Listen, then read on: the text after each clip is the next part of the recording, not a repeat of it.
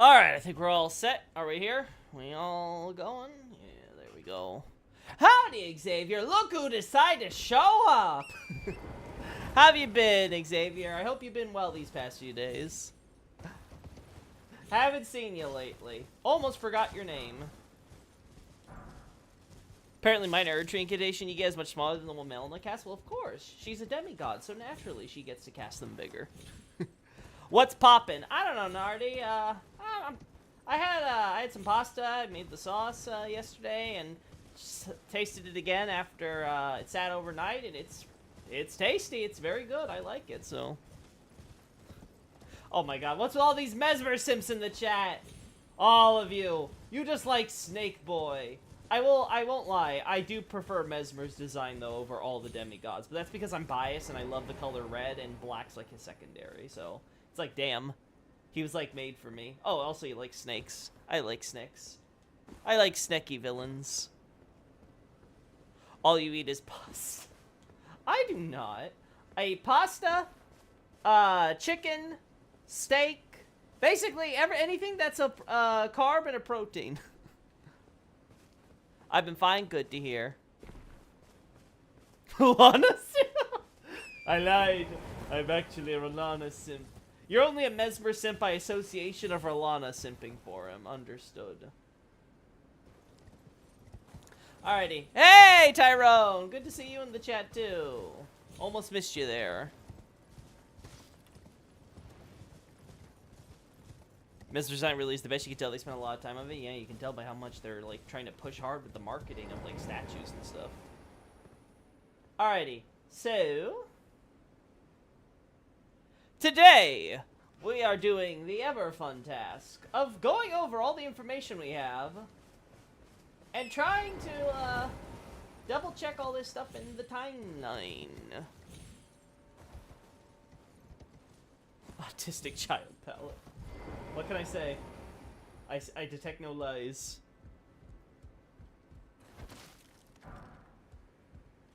Alrighty, I've got wonderful pictures. Damn, we about to cook here? I don't know if we'll be cooking. We might burn the kitchen. But as we can see here, no, we don't want web browser. There we go, GIMP. There you go. I did prepare a little map here for potential reference. Now, this is obviously not one-to-one. I had to shrink this down incredibly, and it's still not perfect. There's still, like, a little bit of overlap and stuff here. It's just very obvious looking at this. These maps were not made to just, like, overlap and gel with each other. And I'm sure it's the same thing with the game worlds, too. I would not be surprised.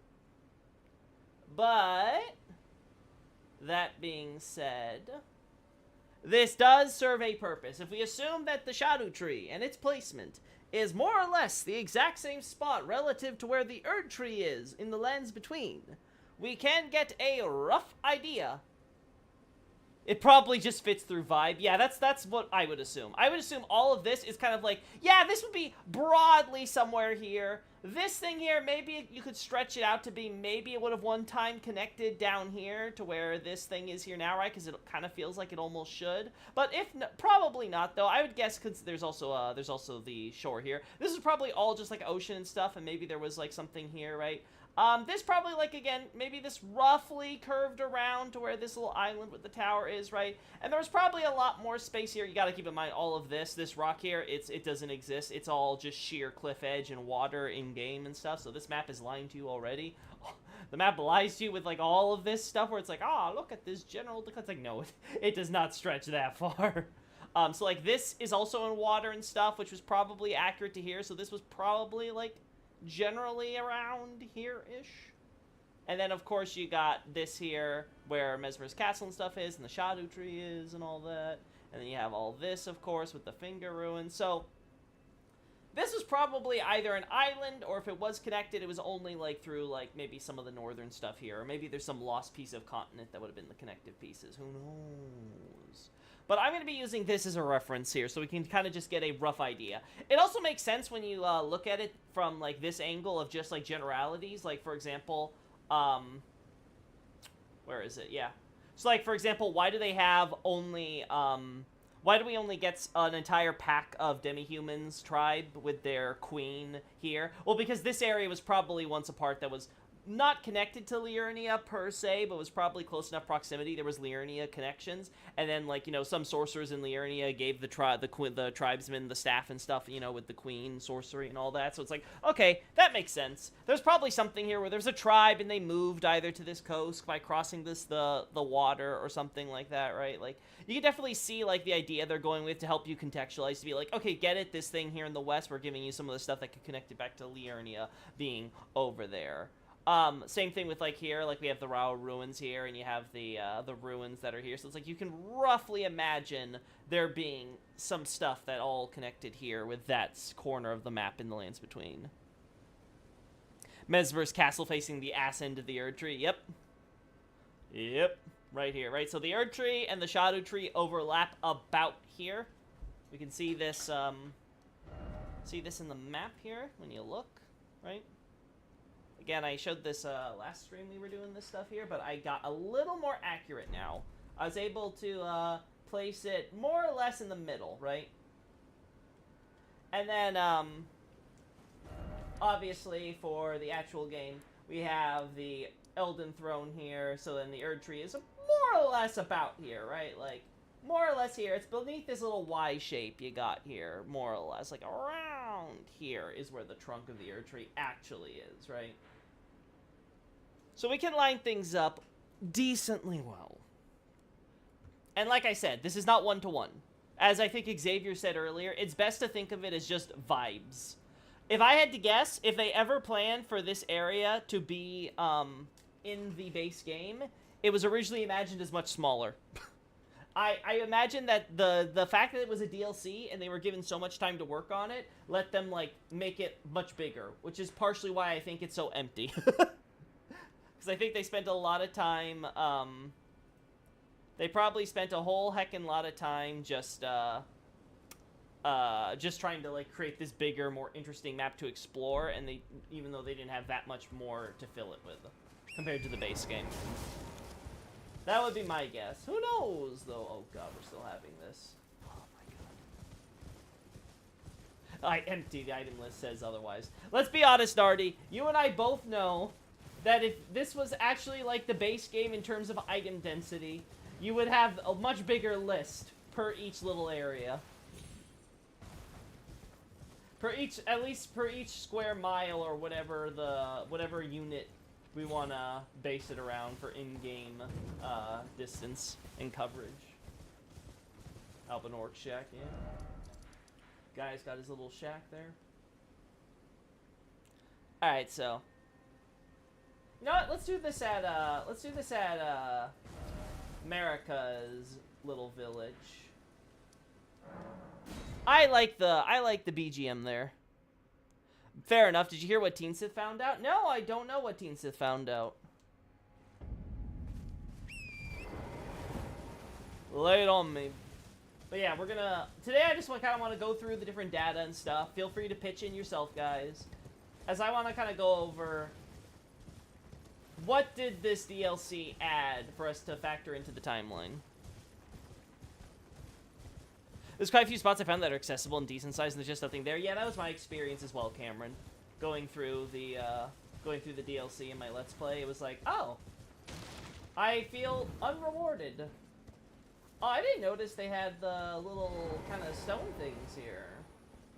This is different from what we've seen anywhere else. That's cool. Anyway. It's so pretty at night. Let me just turn the camera so you guys can see a little bit of this and not be blocked by the giant GIMP screen.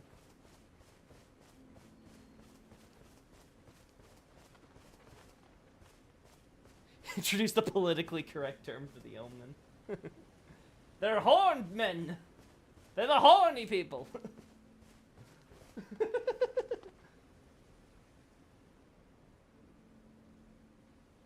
I like how the new dragon lore recontextualized the ancient dragons of the Church of Camille as probably being priests. I mean, that was already kind of the idea, Xavier. I don't know, at least for me. That was already like, okay, they're like overseeing the church. That was how I always understood their role there. But it's just funny. I do agree, though, that the entire Just the confirmation that the dragons and the ancient dragons were firmly on two sides, and we got the explanation with Baal. I really like that. That does so much on helping clear up a few sort of like quiet questions that didn't necessarily need answers, but it's nice that we now have them. So the Dominula village ladies wear braids similar to Marika's, along with the fact that you find the recipe book for festive Greece in the Fort of Reprimand. So the Dominula village ladies wear oh, I'm seeing that twice for a second. Okay, so are you trying to say the Fort of Reprimand involves the stuff that goes on with Marika's village? Because I do vaguely recall finding festive Greece in several areas. Huh. That would be interesting if we think of Marika's village as being part of the larger Dominula snake-worshipping culture. That might explain why we find the shed snake skin. Like, it doesn't fully explain it, but it does get us on the road that it somehow connects culturally. Like, maybe they had maybe they had one of the immortal snakes or something like that with them. No, I'm saying it's in close proximity to Marika's village. Oh, okay.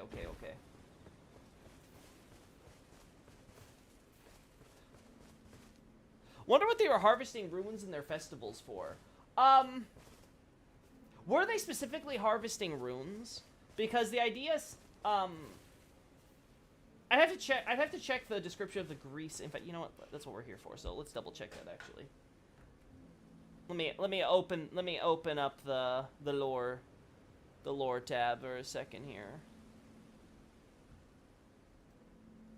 All right, close you. And then open you. So we can look at this. When you use the rune grease as a rune effect, yes, yeah, I know about that, but I don't know if that's intentional so much as just sort of incidental. It depends on whether or not the grease is a intentional product for that purpose. Because the idea is generally that the women use they use the bones and stuff of the men to craft their items and stuff.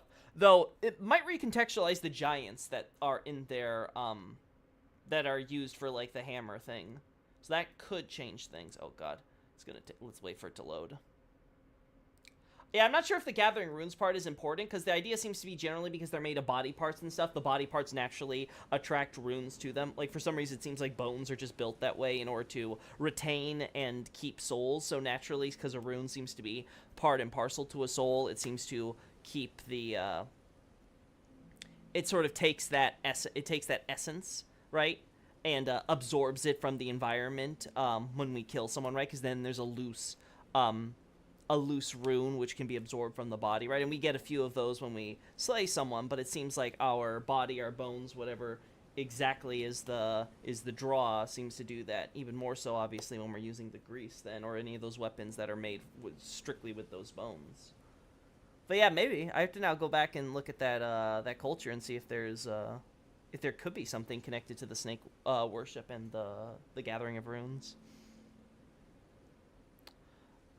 Anyway, no, what I'm saying, it's a close proximity to Marika's village, and the Erdtree has a tolerance for their cultural practice that seems to be long-standing. I don't know, what does the JP say? Tolerance is also used, what's another way to term it?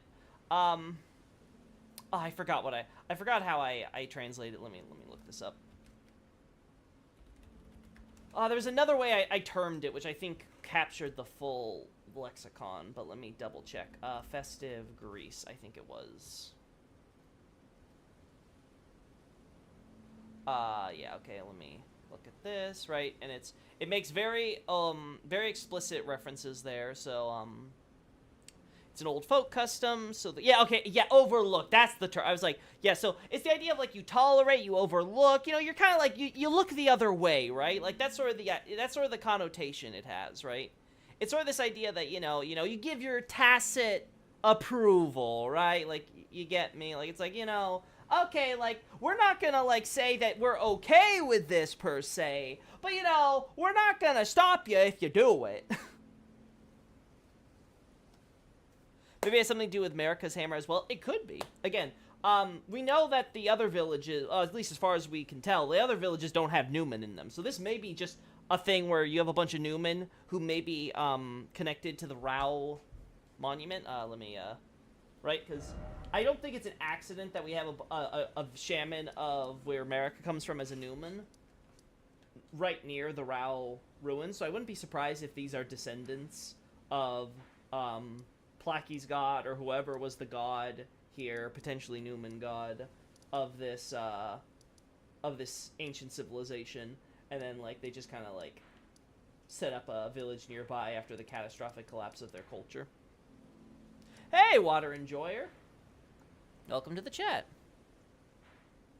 Exactly why I think America might have some little snaky connections. Yeah, I definitely think that's possible. I think what Teen Sith noticed there might be relevant, because we find that shed snake skin in Bonnie Village, and it's very curious that it's so near a statue. Now, what I have questions about is it's very consistent that America statues have been defaced in the Realm of Shadow for obvious reasons, right? Like, they've done all this purging and stuff. They've basically, they've accepted dishonor. They're doing this in secret. They've seemingly received almost zero support after being, trapped in this, like, separate dimension, right?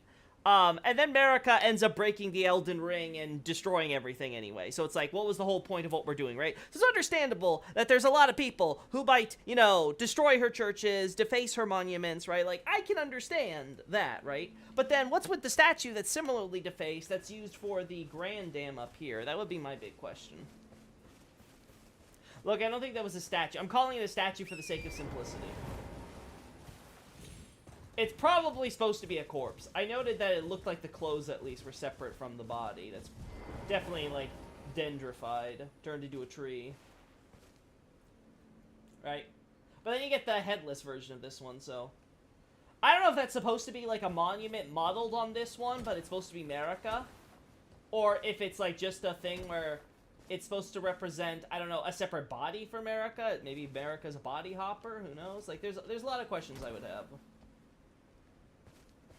Again, that's assuming that America was involved in this either. I've also put forth the idea that maybe America just sold out her village and she was never involved in this. She was in league with the Horn Cent, who were having them all suffer and, all that.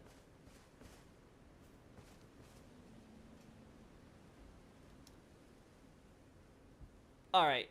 I don't think there's sufficient evidence of Radagon being Messmer's father. Yeah, I didn't see it either. I was a lot more prepared, I guess I should say, for the possibility that we would have more differences from where I had the timeline compared to what the DLC would reveal.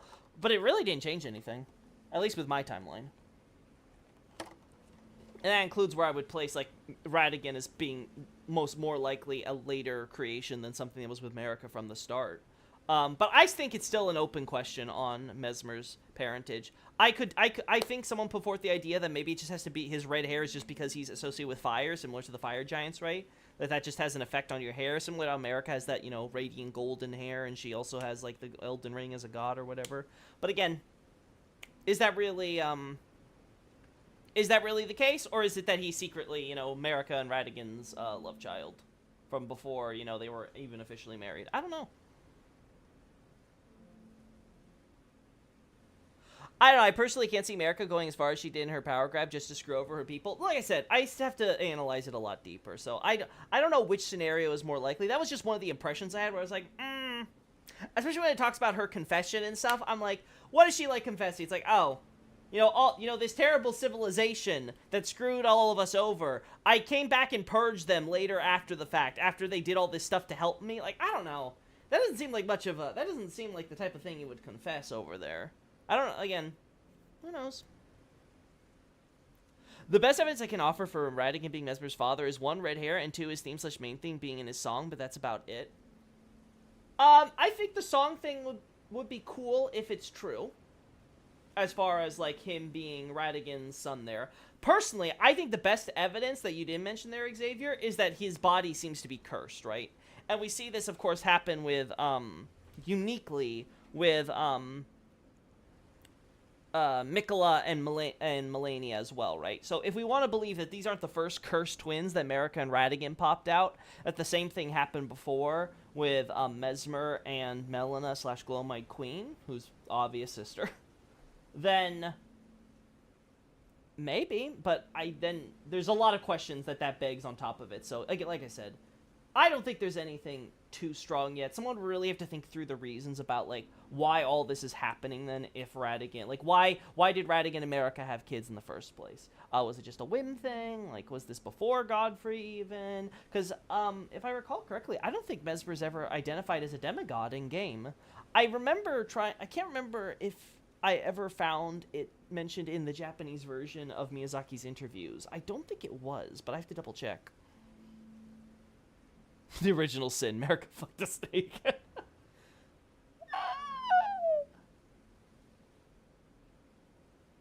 The original sin thing, I hate hearing that now, because the thing with Messmer, I'm like, okay, get it. Original sin makes sense. You want to mention with the snake thing. But then they bring it up again with the Mikola thing, when that's not actually what the text is talking about. And that I'll be honest, reading that, I was a little peeved.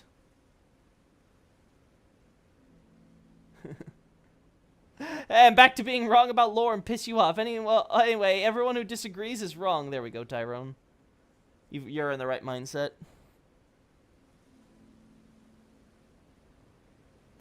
There's a cat that started coming around. He's blind in one eye, but pretty cool. Glow-eyed cat for the win. The cat is it's not Melina, guys. It's actually that cat. Stop thinking it's Melina, guys. Why would you think it's Melina? Even though it's obviously Melina, why would you say that? It's clearly anyone but Melina. I don't even think Messmer has grace, bro. Yeah, I have various questions. Does Messmer have the same holy resistances that other demigods do? Like, there's so many questions I have about Messmer before I can even tackle the question of his parentage.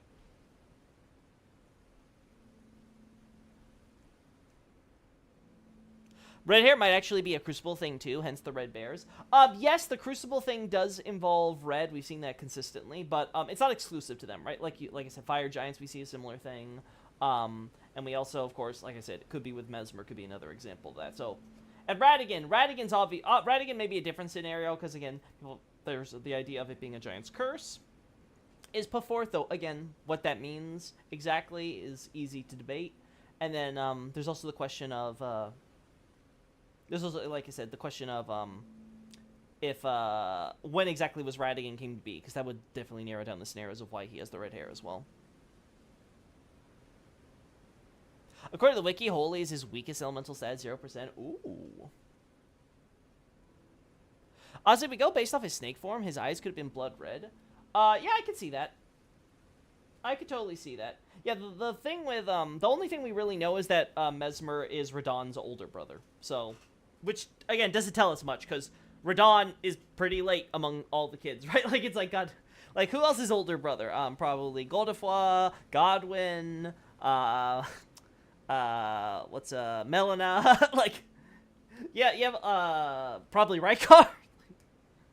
Like, there's a lot of older siblings, to Radahn, so that doesn't narrow things down that much. Older brother / uncle, you were Lana, Messmer tonight.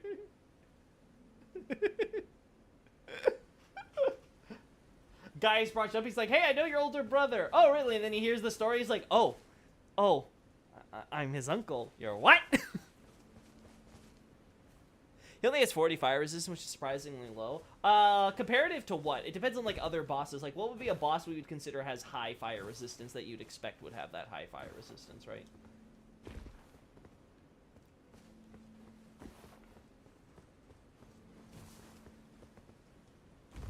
Let's, nope, okay, can't go up there. Can't go up there. Well,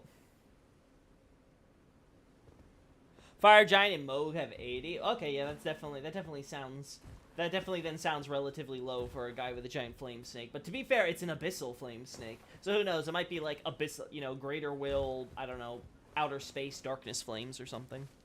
Uncle Grandpa moment. Alrighty. So, back to the timeline of events then. Actually, let me see if I can bring this up real quick. Because this might help with getting...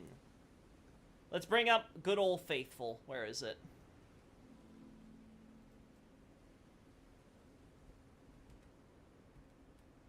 Alright, here we go. Good old faithful.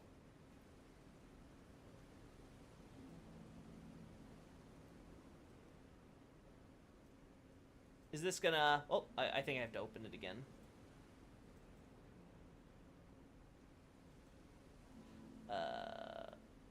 Damn, it's not showing. It's not showing. Curses. Or maybe... No, it's just not showing. Damn. Maybe if I minimize you... Nah. Technology. So I wondering if maybe it would appear if it was like off screen or something. Let me see. Can I put this like on the center or something just to make sure it's not off screen or whatever? No, scale filtering. Nah, it's not letting me. It's just not showing it. Curses.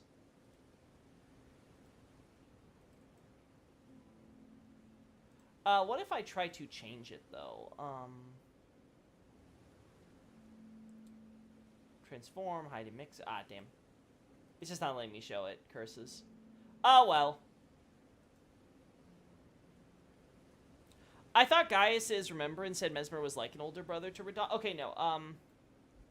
It says they're both older brothers, but in the case of Gaius, it's speaking... It's clear in the context of Gaius's other items with descriptions is that they're talking about being his older brother in apprenticeship to the Alabaster Lord. So, like, Gaius trained under the Alabaster Lord before Radahn. Now, we know that their apprenticeship overlapped, and that both Gaius and Radahn were learning at the same time, but it seems Gaius was at least starting slightly before. And in fact, it may be because of Gaius that Radahn was introduced to him. Because, again, it makes sense if Gaius is an Albinauric, and he's a powerful warrior and stuff, and he's strong, and, you know, he likes riding on animals and things and stuff. Like, him and Radahn have a lot of things in common in that regard, so you can very easily see, like, Radahn sort of taking him and incorporating him into his, like, army after Radahn is, like, becoming a general and stuff. He's going to he's getting assigned to Castle Redmane and stuff like that. He's building his army and all that stuff, right?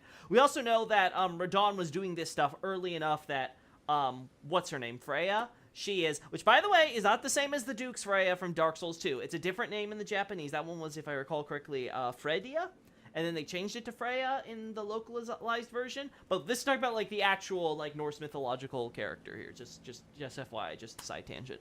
But when Freya, it's mentioned how Freya seems to have been in the arena at Caelid, before Radagon formally closed that all down. So we're talking about stuff that all of this is happening very early on in Radagon's reign, which makes sense. Again, that goes with the timeline of what events we already know with Radahn and stuff, as I detail in my thesis. So it's like, okay, so Radagon and Marika get married. Radahn heads off, gets assigned to Castle Redmane, right? He's allowed to become a general, and well, I'm not sure if he becomes a general at this point, right? But he has his own, like, soldiers and army and stuff, and he probably brings some of the Carian stuff with him, right? So he brings, like, Gaius and probably a personal guard and things, right? And might have, like, a detachment or something with him as a prince and all that, right? We now know that like, Godwyn and I think it was either Mikola or... No, yeah, Radahn... It's Godwyn, Radahn, and Mikola all had personal knights and stuff, and it looks like Freya was part of that, like, early period of, like, establishing, like, a personal royal guard for this new Erdtree prince. That was Radahn's muscle bimbo girlfriend before Mikola the Tickler got to him. Yeah, but exactly. So, like, apparently we have this entire idea that Freya was in the dueling arena. We don't know too much about her history beyond that. Maybe she's connected to the farm colonists from Godfrey's Wars. Maybe she's just a random criminal who got thrown into the arena later down the line. Totally possible. But yeah, she ends up being recruited by Radahn by showcasing her bravery there, which makes sense. Like, Radahn really is, like, has the hard-on for Godfrey. So, of course, before the arenas got closed down, he was probably there at the Caelid arena watching it all go down and stuff. And we even see the Radahn banners with the war festivals and stuff. I wouldn't be surprised if Radahn reopened the arenas during the Shattering when he was, you know, apparently waiting for Melania to come pick him up. Who's Gaia, by the way? We don't know. I was thinking it might be the giant Albinoric woman, based on everything else that we had. But you guys have told me that that woman apparently has a very clear, defined name in-game, not cut content, no nothing. So I'm back at the drawing board on that one. Okay, what about Slave Knight Gale? Gale and Fort Faroth is Pharos from Dark Souls 2, and Gale, of course, from Dark Souls 3. You also have Castle Morn, right? Like, all those names are definitely references. We also have, who's that, I'm trying to remember. What's the English name of that Trina worship, or was it Miquella or Trina? The Trina worshiper with the cookbooks and stuff that you can find in the base game. That one is Faris from Dark Souls 1, right? Like, that's the name reference there, but they changed it differently. I can't remember if it's, like, Farith or something. I remember them changing it, but I don't know to what. I believe Gaia was the Albinoric we fight after Gaius. See, I thought that, Nardi, but the problem is she doesn't do anything gravity-related. So it's like, okay, they all trained under Alabaster Lord, but one of them never does any Alabaster Lord stuff. They just copy-paste a basic enemy, and they don't even, like, give it, like, one unique attack or something. Or maybe it does, I just never saw it. But, like, she's a respawning enemy and stuff, so... I feel like someone would have confirmed that already. Fever? Or Fervor? Yeah, something like that. Yeah, okay, yeah, that one. Yeah, that one is Faris from, that one's Faris from Dark Souls 1. What if Elden Ring's just another painting in Dark Souls 3? It's possible. It's totally possible. But, yeah. So, I'm looking at this Festive Grease, description again. Oh. Yeah, lump of grease mixing and left bone fragments and the like. One of the craftable items, da-da-da-da-da, all the basic stuff about the rune and things. The Sweet Festival is an old folk custom, so the Golden Tree overlooked it. Or again, like Nardi mentioned earlier, tolerate it could also work. Like I've said, giving your tacit approval is sort of the idea, right? It's sort of this idea of kind of like, you know what, I'm not officially sanctioning it, you know, I'm not out openly signing being like, okay, this is okay, they're allowed to do this, but you know, you're gonna do that, I'm just gonna look the other way. So if there's this idea that America has a history with this, and she's like, you know what, I get it. So even after the snake becomes an enemy of her culture, she's kind of like, you know what, they've been doing this forever, I understand it's gonna be hard to change your old ways, let's just look the other way, everybody. My own headcanons that all from soft games are connected like Super Mario 64 things.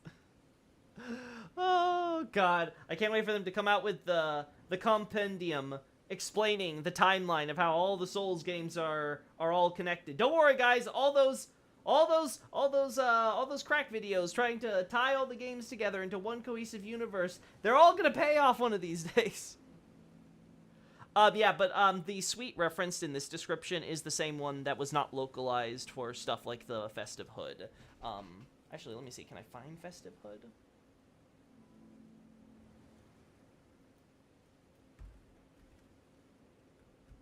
Let me see if I can do this. So it's very obviously, and with all, you know, the effect with the runes and the color and the flowers and all that, there's very clearly a connection to the Dominula culture that we see. Festive Hood. Obviously, same reference to festivals and stuff as well. Let's see. Oh, I do not have Festive Hood written down? Let me just check Suite then. Oh, God. Oh, thank goodness. There's only 12 results. Here we go. Yeah, here we are. How did I render this again? Yeah, okay, Hood of dancers used in the festivals of Dominula, Village of Windmills, sweetly adorned with multicolored flowers, right? So, you think all this happened over a woman moment? Oh, God. Imagine if Miquella's consort was a soldier of Godric all along. I'm telling you, that would have been a better ending than what we got. I think they would have actually got away with it. I'd be fine with that. Yeah, same here. Do you bother enabling ray tracing on Elden Ring? To me, it barely makes a difference visually. I think ray tracing was the biggest waste of time in the entire game's development cycle. The Dominula outfits have some aesthetic similarities to the Erdtree seal, if I remember correctly, right? I do not remember. Oh, okay. There are some of the same Erdtree designs on some of the capes and stuff, though. I guess with the DLC and what we were arguing here in this stream, you could make the case then that America's design for the Erdtree cross was inspired by the Dominula culture, and that predates the Erdtree, not the other way around. Not like they incorporated it together. I still think it could go either way there, though. I think even factoring that in, I think that's a possibility, but I still think you could definitely make the case that it's a way to try to, meld them together into one.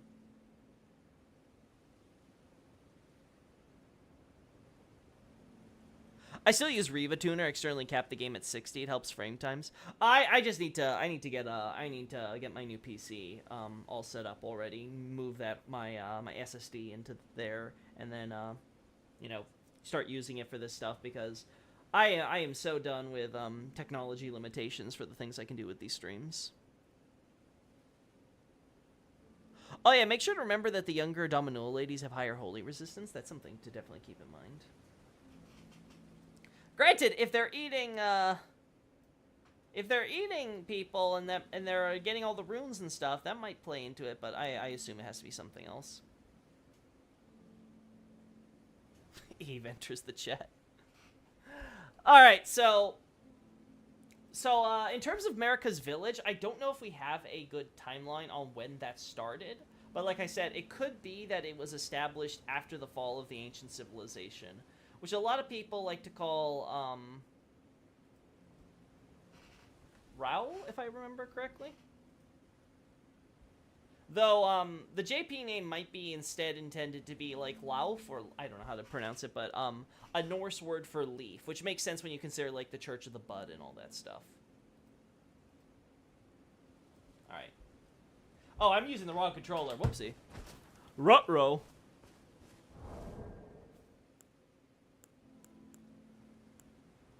It's not even a hardware thing, it just makes the game smoother. Yeah, as far as I'm concerned, technology is magic, so I don't know if it will make it smoother or not. All I know is that if I get better specs, I should have less problems. Certainly a better name than AC. AC is easier to say, I will say. I still honestly prefer saying AC and AD, personally. But yeah, so we have this civilization that at least locally, if we assume this is like a capital city, would be called Rao. So I think it's fair enough to call it the Rao civilization. So yeah, it could be that this civilization collapsed, and then we have two cultures which get established. You get the Hornsent, which obviously established their capital here and spread pretty far across there. You know what? I'm gonna let's use the GIMP as the in-game thing, right? So you have the idea that, oh no, look at this, it's so awful, right? Right, so you have this idea of like, oh no, it's so awful, Ralph, it's completely collapsed, oh no, this ancient civilization, yada yada. And then you have the Hornsent, who establish Belorat right here, and then they establish a bunch of villages and stuff all around here. Though honestly, Belorat was probably, if I had to guess, Belorat was probably actually later. It was probably more likely that you had a bunch of the survivors of the culture that become the Hornsent spread around the region, establish their own small villages and stuff, create a shared culture, kind of like a Greek Dark Age, right? Like the Greek Dark Ages happen, right? There's a huge collapse or whatever. Then, like, they start coming back and they reform their culture, and then they're trying to retrieve that cultural memory. So you have that mythology about, all the great heroes and the gods and how they interacted, and you have, like, Homer's Iliad and Odyssey and all that stuff, right? And that's helping, like, reform this sort of Greek national identity, right? Probably the same thing happened with the Hornsent, because we know that they've been excavating the Rao ruins up until, even, I guess, right up until America started the Purge and stuff with them, right? So, they've been doing that for a while. I don't even mind the Radon fight for its gameplay, but that second phase sucks. Yeah, I'll be honest, I think the Radon fight, from a purely mechanical perspective, is fine in the first phase. Like, I don't really have any complaints there. The second phase, though, is absolute cancer, and I just can't stand... I don't ever want to actually legitimately beat that second phase. I just find it so absolutely unpalatable. How's the timeline stuff going? We're getting there, Adolphus.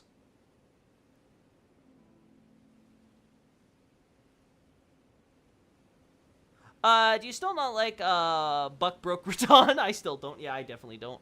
I still think that, yeah, I just... It has made clear. I think the ending to the DLC is absolutely god-awful. I think the DLC as a whole is wonderful, but, that specifically is absolutely god-awful. And it's easily my biggest complaint among, several complaints I've had over about the DLC. Anyway, so where was I? All right, so you have the idea of probably the Hornsent then sort of establishing their culture, right, and spreading. And then while you have the Hornsent over here in like the southern, like I guess central southern areas, right? That seems to be more or less where they cover.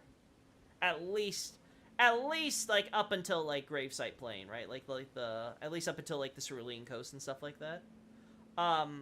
I don't know how far east they might have gone. Like, maybe they could have gone as far here, but I don't think we have any villages up until Bonnie, right? So it might have been, like, right here at the Bonnie village area they stopped.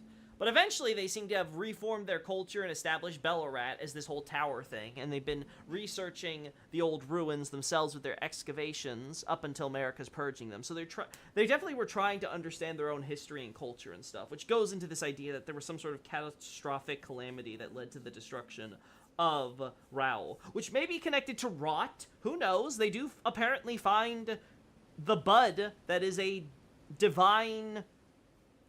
what do they call it in the localization? Divine element. The Japanese means, like, divinity, but, like, you break down the kanji, it really means, like, a divine quality of something. So the bud seems to be like, oh, this is a divine, this is, like, you know, a godly quality of the chaos outer god. So it's like, okay, sure. Twisted divine something. Thanks, Murmur's Metal. But yeah, we're talking about, like, the divinity. This is the same term, if I recall correctly, used in the Lake of Rot, too. So again, it's a similar idea of how the dagger we get in the Lake of Rot was apparently another aspect or, you know, divine element of that outer god. So who knows? Maybe the Scorpion had a bunch of buds on it or something. Aspect element, yeah. Thanks, Little Church Lore. Good to see ya. Melania's like Miss Noble compared to this. Oh god. Let's not make this a hate on Radon circle jerk. I think we got enough of that during my Let's Play.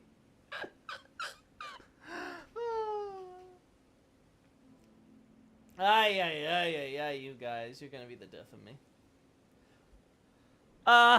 We also have... No, okay, all this is just like Mesmer's Castle and stuff, so... But yeah, so we have this idea of the Hornsent then establishing a culture around the region, but then you also maybe have, like, Marika and her people establishing their own little village out east, and maybe they also came from Rao ruins. This is interesting, though, because we also have to kind of tie this into, this cultural,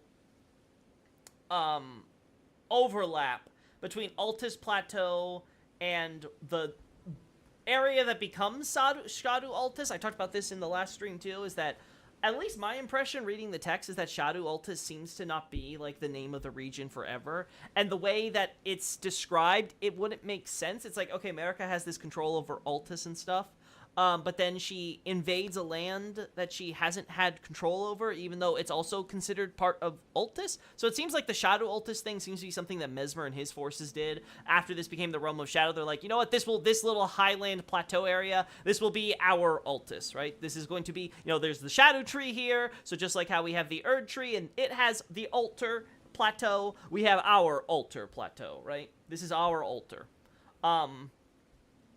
So that makes the most sense to me there. So this was probably just, you know, highlands. You could have argued, though, that it doesn't really matter what it was called or not, right? Like, who came up with the name, how long it was used, or whatever, right? It's like, you know, saying, like, you know, America 5,000, calling something, you know, America 5,000 years ago. It's like, okay, the land wasn't called America 5,000 years ago, right? But it's the easiest way we modern people can denote it, right? So whoever came up with the name, whenever it was came up with, you can always argue that all of this was collectively, from Gelmir to Altus, I guess you could even consider the mountaintops in a certain set. All of this was, like, part of this highlands. And you have, like, the Kaidan people here, who have some similarities to what we see with some of the Highlanders wear, right? I've done comparisons between the Kaidan helmet and the Highlander helmet that we now have officially in-game, which I think is the coolest part, honestly, that they added that. But then you have, oh, whoopsie. I can't tell if I'm moving things or something. Let's just move this back here in case. But then you have, like, stuff like the red bears people were mentioning, and apparently those room bears and stuff would get hunted by Highlanders. So now we know they weren't killing each other, they were killing bears, which helps explain a lot about why Godfrey has such a thing about respecting Sarash, who he obviously fights and defeats, right? Like, that's his main opponent in helping Marika take over the Erdtree capital area, right? And then you have, later on, the Stormlord with the Stormhawk King, right? So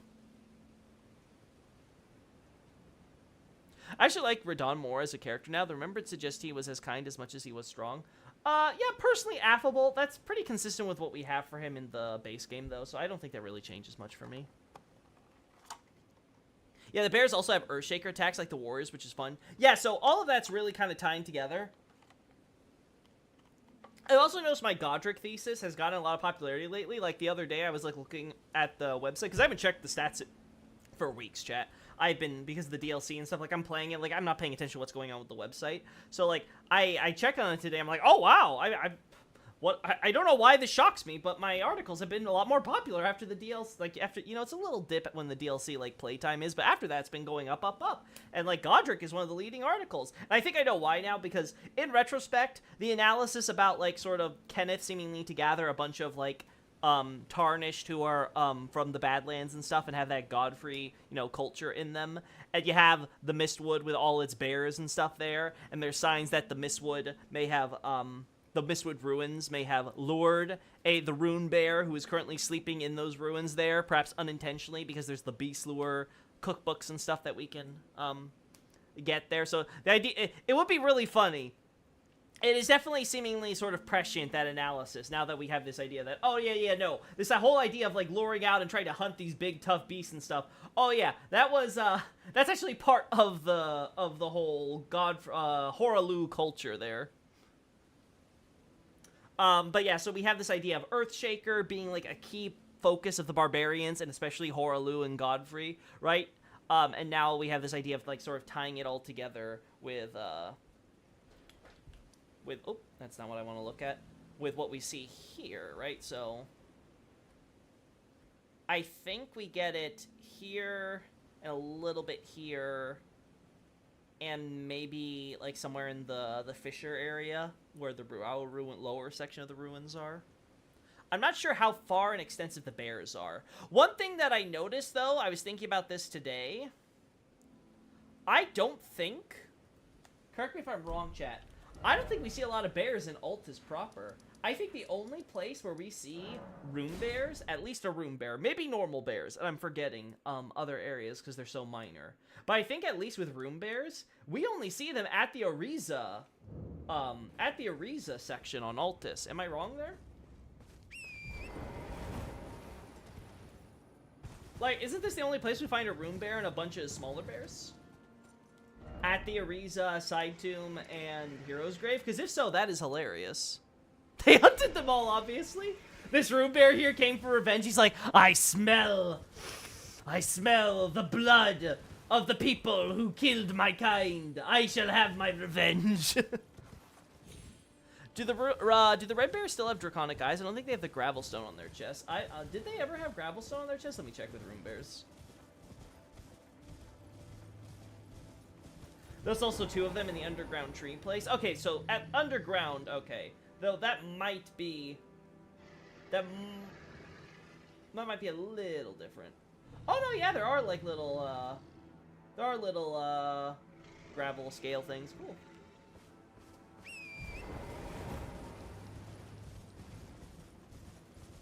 I'm going home with a girl, and she said she wants me to watch her 12-hour presentation on why that Miquella was doing with Mohg's corpse and Radahn's soul wasn't raped. Should I be scared? I think anyone trying to give you a 12-hour presentation on any aspect of this game's lore should scare you.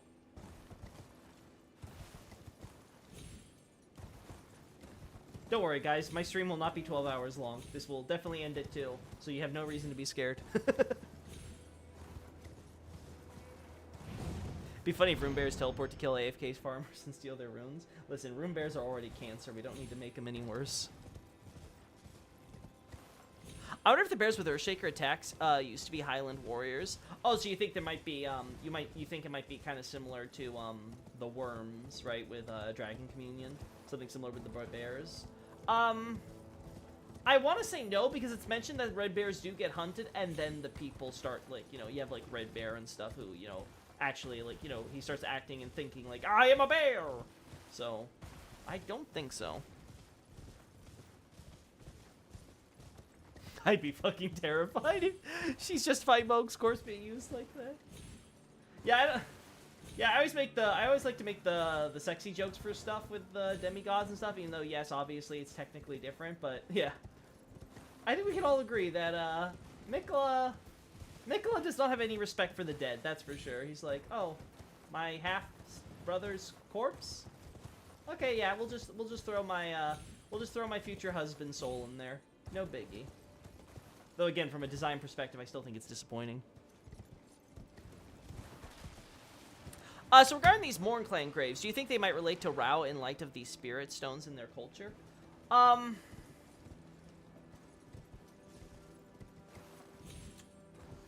How do I feel about the holes in these? How do I feel about the holes in these graves in light of what we learn about Rao? I have to think on that more, honestly. Because there's... Yeah, there's a few things about the culture I'd have to focus on, because we don't really see the holes being used in anything approximating burial and ancient Civ stuff.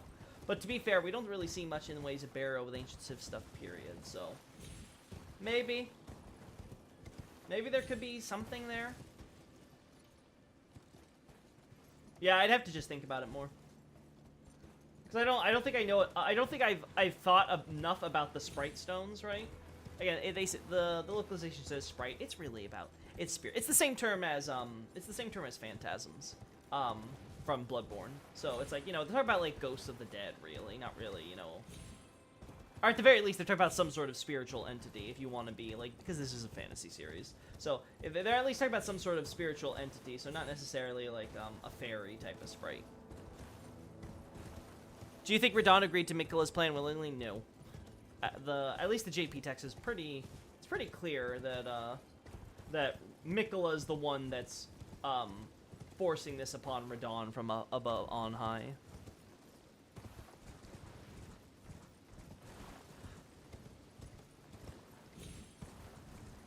I like the idea that Run said over my dead body and Miquella monkey pawned the foul. Well, apparently Radahn did agree, so there is an agreement to the promise, but we have to keep in mind, this is like a promise when they were kids. So, I want you to think about this. Think about this with like shoujo manga brain for a second.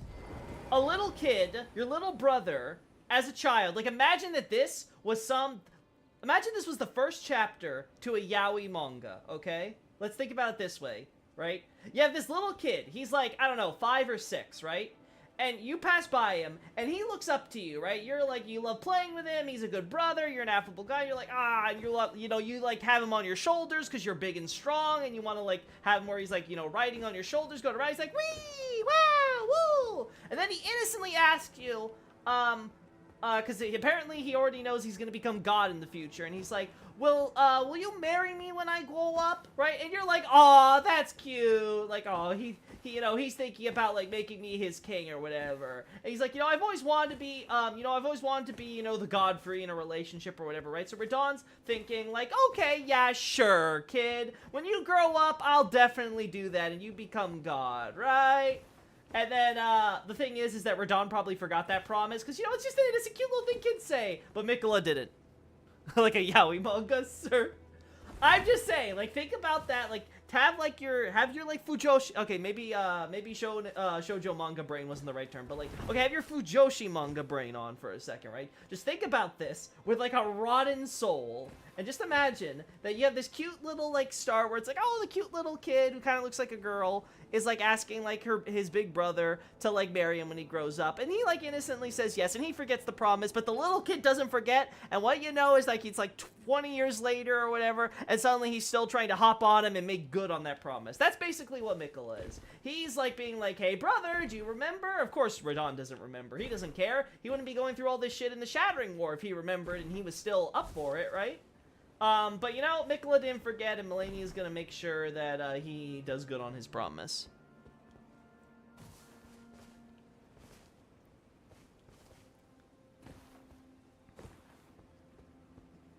No, Night Scout. The text does mention several times that there was a promise, and it does exist. It's definitely exists. Also, Fujoshi manga's probably the writer. Melania's a rotten woman after all. Oh god, now I'm gonna think of Melania as a Fujoshi. Loki, this is uncomfortably specific, you good bro. Listen. I read a lot of shoujo manga. It's the same thing there. I have to imagine there's a yaoi manga that does the same thing. There has to be some BL that does it, right? Am I wrong? I've read enough shoujo manga to know that this is just a regular trope. Japan likes it. I can't imagine that the gays don't do the same thing. And then Melania pulled up on Radon and whispered, "You better stay true to that shit, punk." Yeah. Actually, this is all masterminded by Melania, you see. This is all part of her doing her shipping. Melania is just a hardcore shipper with her brothers. Oh god. It gets worse the more I just keep talking. Do you think Melania was charmed by Mikkel or willingly followed him? I have not seen any reason to believe that she was charmed. I can grab the sources for you after stream nights, guy. I don't want to go through and grab them all, because then we'd be here for stupid amounts of time. You're taking home. This entire family is going to become more fucked up because of the scenarios I contrive than anything that's actually in the canon. Anyway, so back to the timeline. So I think we can all agree that anything that involves Radon and his promise to Miquella has to be after Miquella is born, so it has to be during Ratigan's reign. So I think we can all fairly say that's true. The Rao stuff, again, Ancient Civ, Ancient Dynasty, both of them seem to collapse around the same time for catastrophic reasons. Maybe we can find a better order if we start really thinking through stuff in the DLC. But I have not done that analysis. I don't plan to do that analysis right now, so no idea there. Then we have, of course, the Eternal Cities getting established underground by the Nox after the Ancient Dynasties collapse. And then the Hornsent culture and stuff gets established after the Ancient Civs collapse. Then they establish Belorat, right? They do the thing with the Saints, quote-unquote, the Saints. Again, the Japanese term more means a good person, right? Good in terms of, like, being virtuous, not just, like, you know, generic good with its widest lexiconical meaning. Though I guess you could argue it's still pretty broad, but how are you doing, Loki? Pretty good, Commissar. The Mesmer soldier helmet looks like a pog face. I've come here just to say that. Oh my god, I'm not going to get that image out of my head now that you say it. Oh my god, I could have lived without knowing this information. Now all I'm going to do is look at that and say, oh, it's the pog soldiers.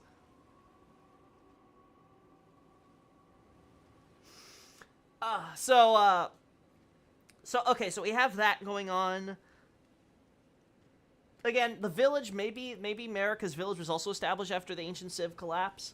But then there's a question of when the Ancient Civ and Ancient Dynasty were established, and for what reason, because now we have a very possible connection that the Ancient Civ, at least, was established by Placky's god, or some other god queen, or something like that, who had the Elden Ring. Because that's the only way I can imagine, one, there being this idea of the Crucible powers that seem to have their origin, quote-unquote, in the ruins there.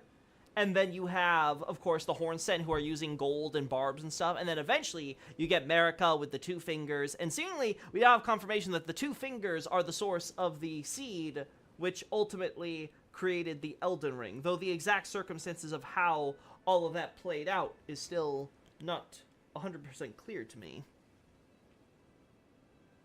Regarding the Hornsent in jars, were any Hornsent put in them? I don't remember seeing anything in the script that said that, but I also don't think I exhaustively looked at the script. Let me check something real quick, because I do know I've looked at this. There's a character who has a dialogue line somewhere. No, okay, yeah, okay, yeah, so, okay, now enter the, yeah, where is it? There we go. Okay, yeah, so now enter the pot quietly and become, you know, saints, virtuous people, because you are shaman, again, using the localization term here, shaman. Again, people have talked about this. We're talking about, like, you know, we're essentially talking about the shrine maidens, you know, what, again, there could be this idea, it can be translated as shaman. It's not a wrong translation per se, right? But again, what we're talking about is basically women who are similar to what we see with the maidens in the base game, right? Like, these are synonymous terms. I imagine they're using different ones in order to kind of separate them from, like, what we see with, like, the dragon priestess, what we see with the finger maidens and stuff, which is more of, like, you know, official, you know, very formal type of cleric class. This, of course, this is, like, just some random village of a bunch of communal women, so they probably want to be like, okay, we'll use a slightly different term, so you kind of know it's, like, the same idea, but obviously different context. Anyway, so we have this idea of now enter the pot quietly and become the saints, the virtuous people, because you are shamans, because you were born for that. This is where I'm curious, because where it says they were born for that, that makes it sound like, okay, they are intended to be in the pot. Now, does that mean they would be the only ones in the pot? I don't know. I could totally read this as being like they would at least put other people who were maybe not Hornsent, but were not shamans either, but maybe Hornsents could be included in that as well. It doesn't clarify in this line, and I don't know if there's any other lines that might help with that. We only have serious discussions in this stream. Like, was Miquella's plot a result of Melania's Wincest fetish or not? Yes, of course. Very, very, very serious. Is it safe to assume the Newman and the Shamans are the same, just different names, it's different culture dressing them? One describes a occupation, the other describes a type of well, the original term for Newman, again, as I've said before, it's, the term with Maribito is that, it means like it means like a traveler, but it's not, it doesn't really mean that, like, directly. It means more like a unusual person, like a rare, unusual person or whatever. And it has ties to, like, the spirit realm and stuff, which kind of ties into how Newman come from the cosmos of the stars, right? And then they come down, to Earth and all that stuff, so... I would not say that they are synonymous per se. I would not go that far. It could be that this is a village of just Newman, and they're also known as shamans on top of that, but I wouldn't say that that just means, oh, this is just two different terms for the same type of person. That, I would not go so as far to say that. In the pot of the pot, as Alexander intended. I recall a ghost begging not to be put in a jar near the start of one of the jails. One could look to see if his model has horns. Let's see. Do you remember which jail that was? If I had to guess, it'd have to be Lamenter's jail, because I remember there being a lot of the lore regarding the pots really coming there. The Bellarat jail, I don't remember adding much on that front at all. Where is it? Here? Yeah, Bonnie jail. No, so if I have this right then, so yeah, we're talking about something that's obviously pre-Crucible. Now, it looks like there was a huge period where the Crucible was created. The Hornsent were all okay with the Crucible. They were like, this Crucible tree thing is pretty awesome. Because it all goes back to us and, like, our horns being, like, the ultimate form of that or whatever, right? It's the Bellarat jail, if I recall. Okay, so it was Bellarat? Okay, I can't find it here, so... Let's check Bellarat now. Fogriff Catacombs? Here we go. But yeah, so we have the, Dung Eater ending does hit different after this DLC with the cyclical implications of it. Oh yeah, that could, maybe. I'll be honest, I never pay attention to Dung Eater, so I'd have to, like, go over all this content again and see, how that could all tie in. But we get the idea, seemingly, that the Crucible, for the longest time, was basically treated as a good thing in Hornsent culture, right? The Erdtree is my people's enemy. Doesn't seem to have been a thing from the start. So it looks like there was a time where the Hornsent weren't part of Marika's kingdom, they were separate, but the two parties were complicit with each other, and kind of like, I guess, acting in parallel with each other. I don't see a spirit outside here. Maybe it's up here?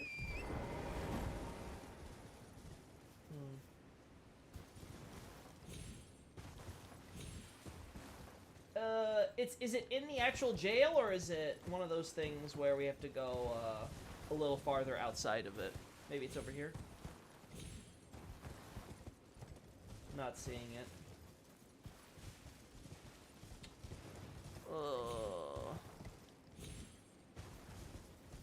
Could the expulsion of the Hornsent from society be the betrayal the trailer mentioned? That the trailer mentioned? Yes, I think that's most likely it, because in game there's a huge harping on the betrayal by the Hornsent NPC. That's where, you know, the Miquella Hornsent dude. And I think also the Grand Dame at Belorat, I think she also mentions betrayal several times. So I definitely think that's the betrayal they want to talk about in the context of Messmer's Purge and stuff. So that I think is pretty clear. But it looks like that basically what we have here. Gosh, I wish I could bring up my my picture for this. What about the seduction then? What would that be? I've said it earlier. I think it's possible that Marika might have sold out her village, and she was never actually personally persecuted by the Hornsent. She was a willing collaborator with them on this weird pot project thing that eventually led to the creation of the Crucible and her becoming a god. And then when she later has Messmer purging all of the Hornsent and stuff, much later in the timeline, then she goes to the village one last time before, you know, shrouding everything in shadow and basically leaving behind the minor Erdtree thing, and probably making a confession to her grandma, you know, like, seems to be like the village elder, but they call her the grandmother. Now, the term for grandmother here is literally the kanji for great and mother, right? It's not always the case, right? There's other terms for that, but this is the one they used in this case, and it would literally be, you know, like the grandmother, right?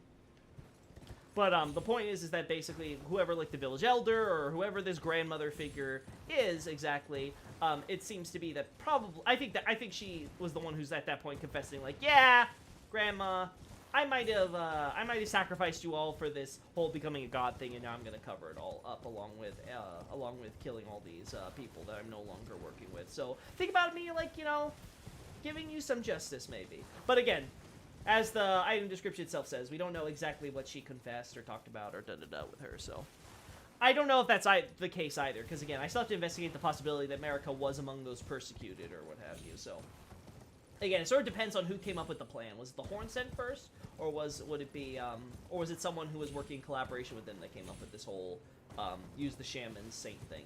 As I said earlier, there's that line from that NPC who talks about how they were born for that, so is he talking about the idea that, like, the shaman village was used as, like, a breeding stock, and they've been doing this for generations, where they would essentially have they would breed these women to keep producing more women, and then they would eventually, like, start harvesting them and using them at these jails or whatever, and stuffing them in the pots?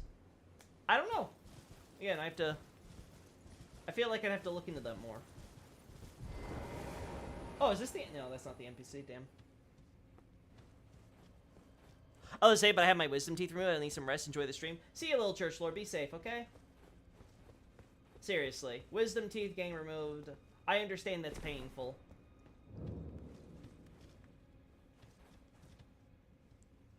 Like a grandmother or big mother or respectable mother? Yeah, that could be the wordplay they're going for. Again, is it a term for grandmother? Yes. Is that the only connotation they're going for? Maybe, maybe not. They could be going for the idea that's not their literal grandmother, but like a village elder type thing, where it's like she's an older, respected member of the shamans, right, that live in that village, and so she is the grandmother there, right? She's not the actual parent or grandma to any of them, but, you know, she's the community grandma.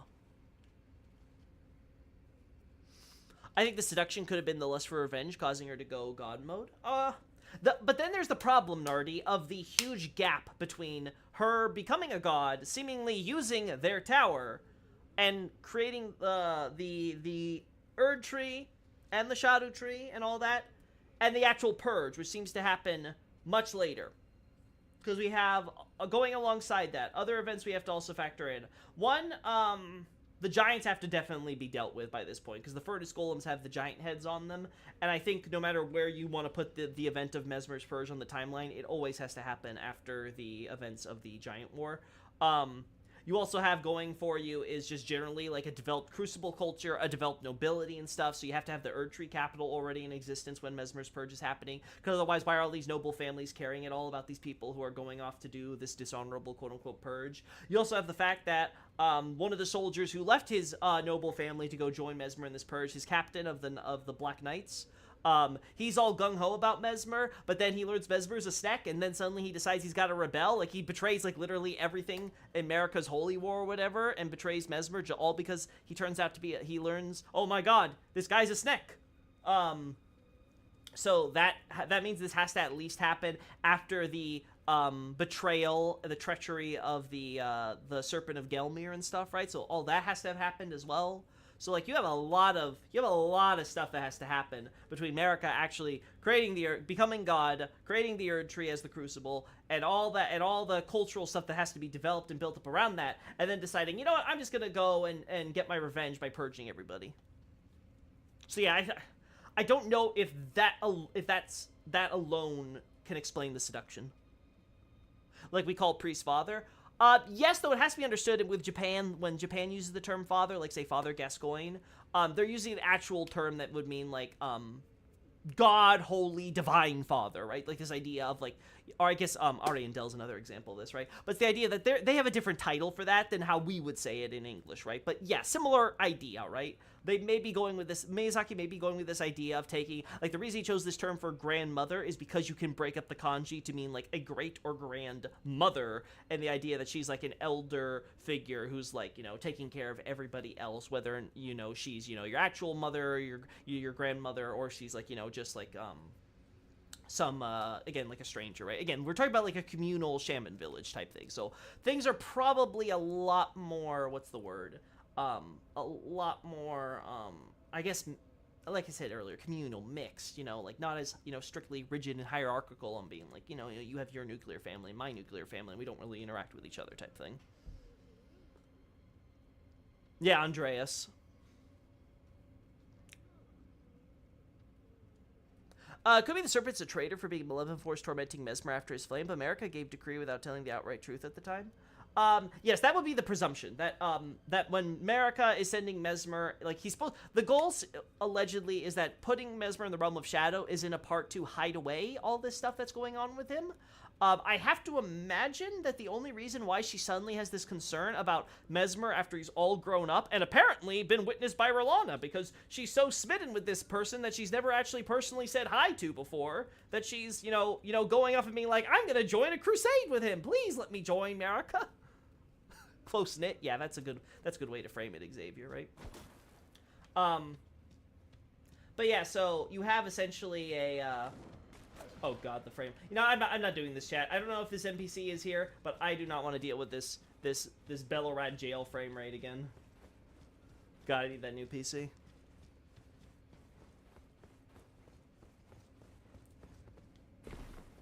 But yeah, this idea that Messmer has to be sent into the Realm of Shadow after the Serpent has been, at least publicly, regarded as a traitor. Whether or not Messmer is connected to those reasons or not, I don't know. But, yeah, there's no way that she's explaining it all to the public or whatever. Otherwise, Andreas's reaction to discovering he's a snake doesn't make sense. It's like, really? You weren't told? You didn't get the memo? Mr. Big, fancy, hoity-toity, noble family man? One of the early upper rooms. Yeah, I'm not going through there with that frame rate again. Who would you want to be the next Evilnor if you could change the lanes between and pick one of the demigods? I'll be honest, I'm not that invested in the ending of this game, especially because I haven't beaten it yet. If I had to pick, oh, so that's where that is. Cool. I was kind of confused looking at the portrait where that would be exactly. Cool, we found the Serpent Crest Shield. Yay! We got some stuff from Messmer! Whoa! Yay, guys. Now we know. Messmer's probably responsible for all that shit that happened at Belorad. Man, who would have thunk? Anyway, where was I at before I got terribly distracted? Well, then, when are you doing the main playthrough? Probably sometime next week. We're gonna get back to the Let's Play. We're probably gonna start with killing Placky. I wanna finally try the Placky fight.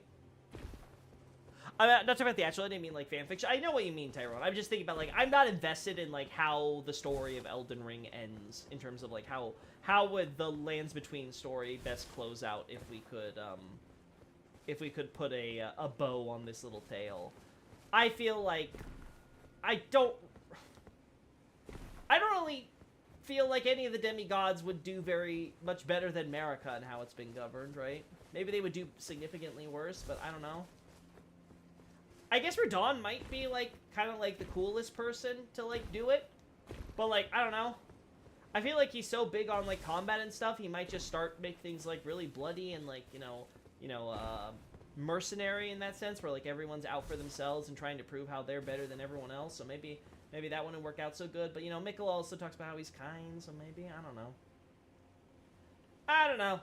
I feel like, you know what, we should just purge all the demigods and stuff and let everybody live in their own agrarian societies, not having any of these kings and shit rule over them. There, I've decided the anarchist route. Godwyn, if he counts. Godwyn pre Night of the Black Knives, best heir, because we know nothing about him. Hey Loki, since defeating Mesmer gives the demigod felled message. Oh, does it give you that message? Well, that answers our question from the start of the stream chat, doesn't it? Okay, so he is called demigod in game then. Do you think Marika was already a god when he was born? That's a good question, Night Scout. I'd want to say yes, but I wouldn't want to close the door on an alternate possibility, right? It just depends on what the surrounding evidence says. If there's a good enough argument to say that Mesmer was born beforehand, I'd be okay with going there. But my general impression has always been that he is not a child of Radagon, based on what I saw in my gameplay through, I should clarify. My impression was that he's not a child of Radagon, he's a child of Marika and Godfrey, and he was probably born sometime after Godofroy and maybe Godwyn? Again, it sort of depends on, how long this Crucible era with Marika and Godfrey goes on for, this Age of Plenty, right? Like, if we're talking about, like, 3 or 4 decades, more or less, then yeah, I could totally see Mesmer and Melina being born as twins, or maybe one after the other, or whatever. Like, somewhere, like, you know, down the line in that first decade or so. I know that Renald's children remain to honorary demigods, perhaps Mesmer's the same, but if so, that might not mesh with his despised reputation. Could Mesmer be retroactively made a demigod after the fact? It could happen. The problem is, and this is a very important factor we have to consider, is that the reason why Mesmer is considered a the reason why Radahn, Ranni, and Rykard are considered demigods only after Radagon's remarriage to Marika is because Radagon is publicly not, you know, Marika, but, you know, gender bent. He's supposed to be a family, he's supposed to be a member of the royalty, but isn't, but apparently not something so close that, you know, it'd be too weird that they're marrying, right? So I feel like it'd be really hard to justify that with Mesmer, because if he's just Marika's child, then what's the problem with calling him a demigod from the start? And if the idea is that, as we're told, I think in Godric's rune, am I correct? That, Godfrey is the beginning of the demigods. He's at least the beginning of the golden lineage, right? I don't remember, though, if they talk about him siring the first demigods. Because if that's the case, then it's very weird then if you have Mesmer being born before Godfrey and Marika's relationship. If the Marika became a god at the, I assure that means the Gate of Divinity, a secret, then what does the Elden Ring even do? Like, doesn't being its vessel make you top G, literally? Yeah, we see in the trailer that Marika's using golden threads, which would presumably be the Elden Ring. Or at least a piece of the Elden Ring or something. But yeah, it's not clear to me what exactly the Elden Ring's supposed to do. Because, like, we have Miquella, but he doesn't have his Great Rune with him when he goes to the Gate of Divinity. So is it relying on, like, the runes from the Elden Ring that are in him by nature of being a demigod? Yeah, like, again, that's definitely a curiosity to think through. Mesmer might be a demigod in the sense of being a kid as someone who eventually became a god.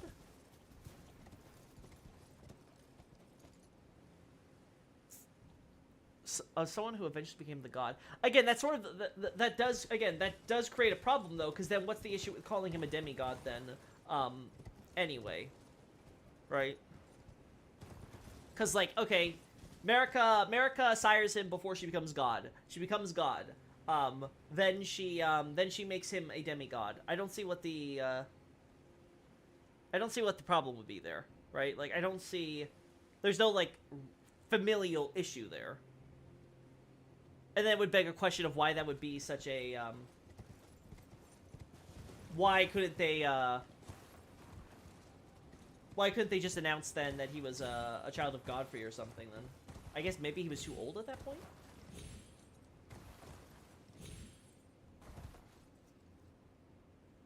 Not so much as a problem as a way to date his bro. Okay, so I'm thinking about it in terms of like, I'm sort of like thinking about it in ways to like narrow down something else then. Okay, gotcha. You're trying to think purely just in terms of how we date him. I don't know if we can date him that way.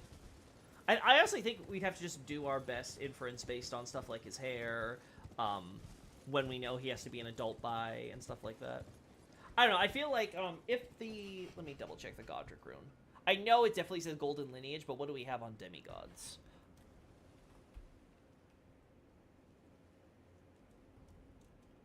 What even is the Gate of Divinity? Do we have anything substantial? It seems to be something that Belorat made, and it seems to be the pinnacle of their work on the tower, because Belorat's entire culture seems to be about becoming gods. There's reference of them all being called Imperium in the files. We know the Grand Dam is called an Imperium in the game. We know that there's repeated references about the towers of how it's going to lead to God. Again, you could also translate this as godhood or something. You have something similar with Gwyn's Firstborn in Dark Souls, so like, it wouldn't be like an unprecedented phrasing by Miyazaki, but essentially you have this idea where they're playing on the Tower of Babel idea, but instead of trying to reach God in a physical sense, where like, you know, you're creating a ziggurat or something from which to summon or go up to God, as a lot of people imagine like sort of this ladder of heaven type of idea, right? But instead it would be this idea of like trying to reach the state of godhood, similar to like say Bloodborne, where it's like, we shall become gods. Grand Dam being an Empyrean surprised me. I don't know if I was necessarily surprised, but I remember, like, learning about, like, the Empyrean thing later, because I think someone else had mentioned, something about that. I don't know, I have to go back and see my reaction, actually, because, yeah, I feel like someone mentioned it. The tower is spiral-shaped, the concept of spirals being divine, too. Well, again, that I'm not too surprised about, because, just the way of construction with the corkscrew, it makes sense that they would, if they're making a tower and they're trying to make it really tall, making it a spiral makes sense from an architectural construction standpoint, right? Like, that just, like, intuitively makes sense to me, at least. So I feel like, yeah, them then becoming, like, obsessed with the spiral as, like, this divine imagery, yeah, that's not a surprise. Don't we find a Godfrey talisman on Minor Erdtree in Shadowkeep? That's what I've heard, at least. Don't know if it's... Yeah, yes, it's true. The thing is Adolphus, is that none of that... what Night Scout's getting at is Night Scout's trying to think of the possibility of Mesmer as someone who was at least born before Marika and Godfrey had their relationship. And Marika was may not have even been a god at that point. And if that is the case, then it doesn't really matter what Mesmer and his army have now, because all that stuff could be layered later on, right? Like, we have to keep in mind, Mesmer undoubtedly grows up during the era of the Age of Plenty. Like, he's undoubtedly, at the very least, he grows up in that same culture like Godwyn. Now, he doesn't have any of the symbols or any of that, like, those cultural markers on him, but that can be justified on the fact that he's built for war in this crusade against the Hornsen and stuff, so that's not a big shocker there. How do you feel about the idea of Martin writing an Elden Ring show? I'm not interested. I don't want a guy who said Lord of the Rings is overrated due to lack of Hobbit. It says involve Martin. Listen, I don't have a strong opinion on Martin, right? Like, I'm not, like, obsessive with any of his works or anything like that. If Martin wants to write stuff in the Elden Ring universe, I mean, it's his story, his universe, that's fine. I'm sure a lot of Game & Throw fans would be grown that he's finding another excuse not to finish his book series there, but listen, like I said, I'm not super invested either way. If any of his writings on the cosmology and stuff got published, I think that'd be cooler, personally. Because this is a weird case where Miyazaki is trying to tell a story his way, but he's relying on someone else's ideas and work, right? And obviously he collaborated with Martin on this, so I don't think it's necessarily, like, fair to call it, like, all purely Martin's brainchild. I'm sure a lot of it's their collaborative work that Martin kind of, like, codifies, right? But he was the final say, obviously, because Miyazaki's ultimately going to use whatever was in Martin's text and maybe adding in whatever they talked about that he felt, like, I get what you're trying to say here, like, where you're just, I'll just flesh it out using the bits I know from our conversations, maybe, right? Like, but there's a limit to what Miyazaki's going to be able to flesh out that way. I would be interested in seeing what those original text documents are. Maybe it'll be like 10 years down the line or something. I don't know. I feel like the way Miyazaki describes it, he wants to release it, but as always, he's the type of person where he's like, but that'll spoil, like, all the lore or whatever, and that'll take the fun out of everyone theorizing and trying to come to the conclusion themselves. So, like, it's a catch-22 he's in. I personally wouldn't mind if he did release it, though.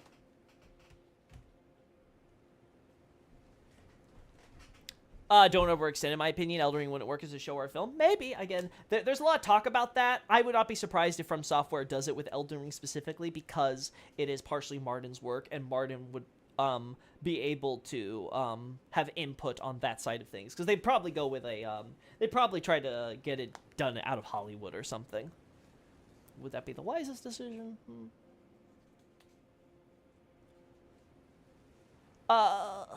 If becoming a god and branching the Elden Ring requires both a god and a lord. Marika Godfrey, Marika Radigan, Mikola Radon. Can we assume Marika met Godfrey before she became a god? It's possible. Again, we know that the barbarians, the Highlanders, right, are in this area between the tower and the shaman village, right? Like, we find their equipment and their bears and stuff, at least in this Fisher area. And again, they're supposed to be of the Highlands, right? So you'd have to imagine that they would be...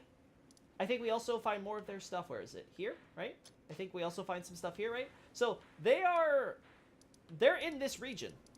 It's totally possible that Marika could have met Godfrey here at some point. Where? Why? When? When did they decide? When did she decide you are going to be my king? Again, I have to look into that now.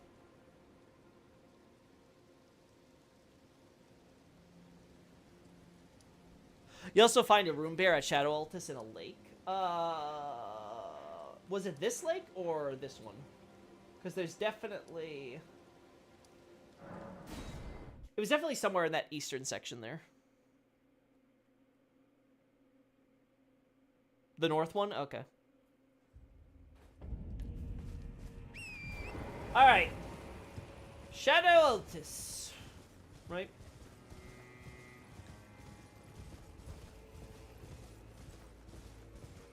Saw him kill a horned bear with his bare hands and thought he'd be amazing at killing horned people the same way.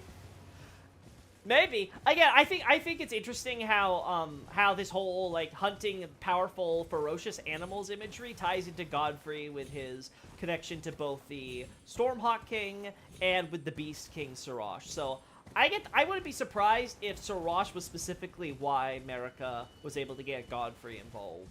Obviously, there's the whole he gets to be the king of everything, right? Like, clearly that's a huge motivation for him by proving his strength and becoming, top dog and top dog and top dog, right? But if he wants to prove himself as king of the animal kingdom, but also the human kingdom, right? I could easily see it being like, hey, you get to defeat this big, tough lion, the king of the beasts, like the greatest of all beasts. And you'll get to be my, my king of the world. I can easily see him, becoming enamored with that idea.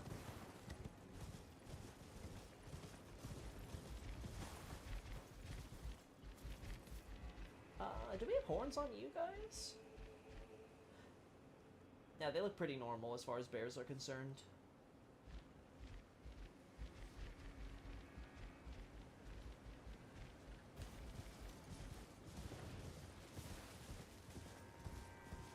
Alright, so...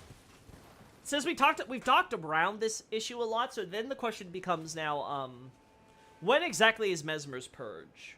I feel like we have a few events that can help tie this down.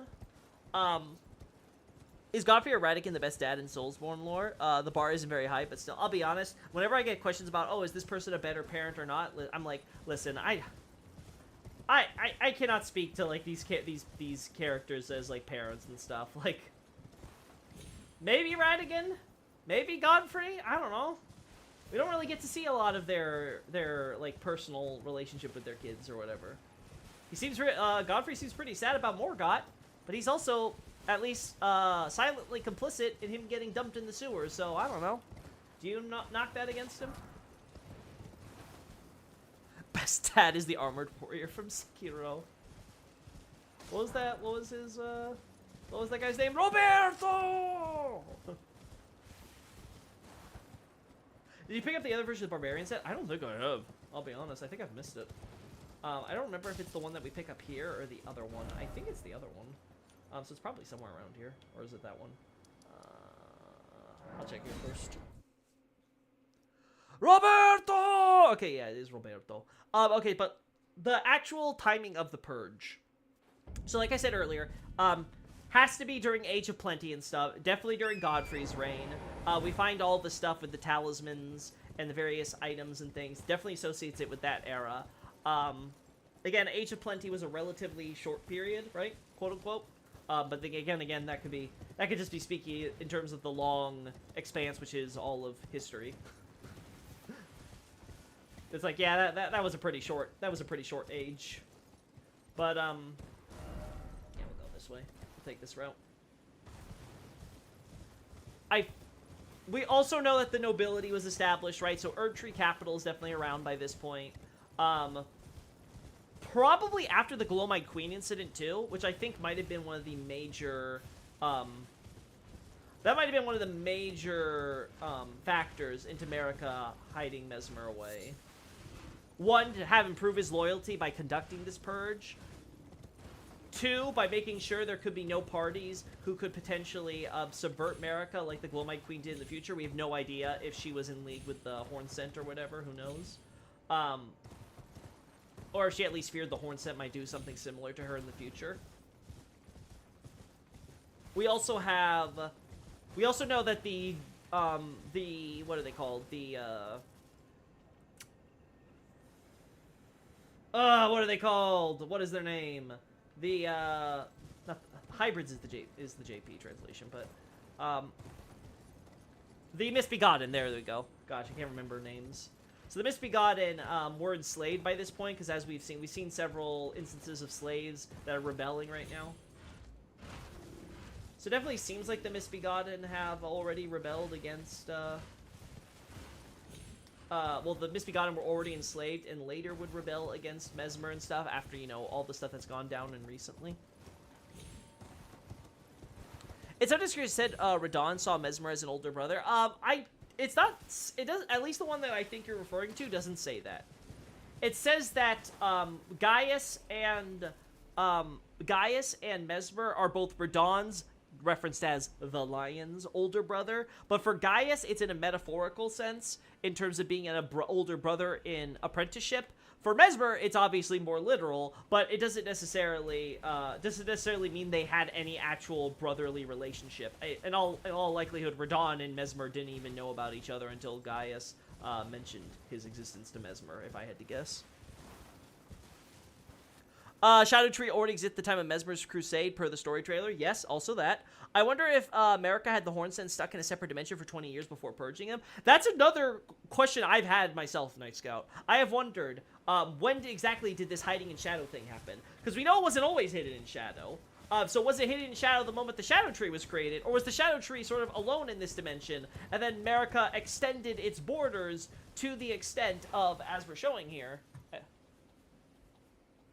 this kind of peninsula island thing we've got going here. Right? So you have this idea, like, you have the Mount Giza thing over here in this corner, right? The Jagged Peak, right? Then you have the Bellarat around here, right? You got the Gold Coast with the demi-humans who have, like, probably a staff from some academy sorcerers, and they sailed across the water to get there, right? Then you have these highland areas connected to the Altus region, which have all our barbarians in man, and you have barbarians up here as well, right? So it's all connected there.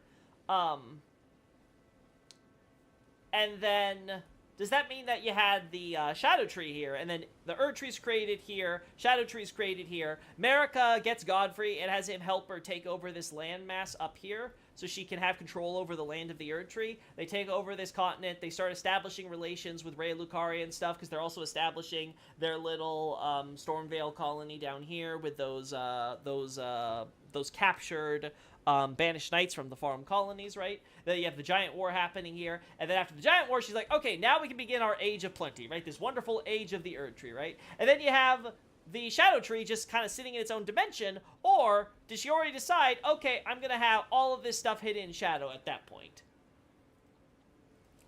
I'm actually very curious about that myself. Like, was she doing all this and, like, the Horde Cent were kind of just chilling in a different dimension this whole time? Or did that only start with the Purge? I want to say it's with the Purge, because it sounds like Marika's trying to hide a bunch of things, and it would sound weird to me if she has these people who she seems to be kind of just leaving alone, like she's kind of, sort of, like, working in like, tandem with them or whatever, right? And they know stuff about the Crucible and things like that, but they're being kept in a separate dimension. I feel like that's a little too weird. But I don't know.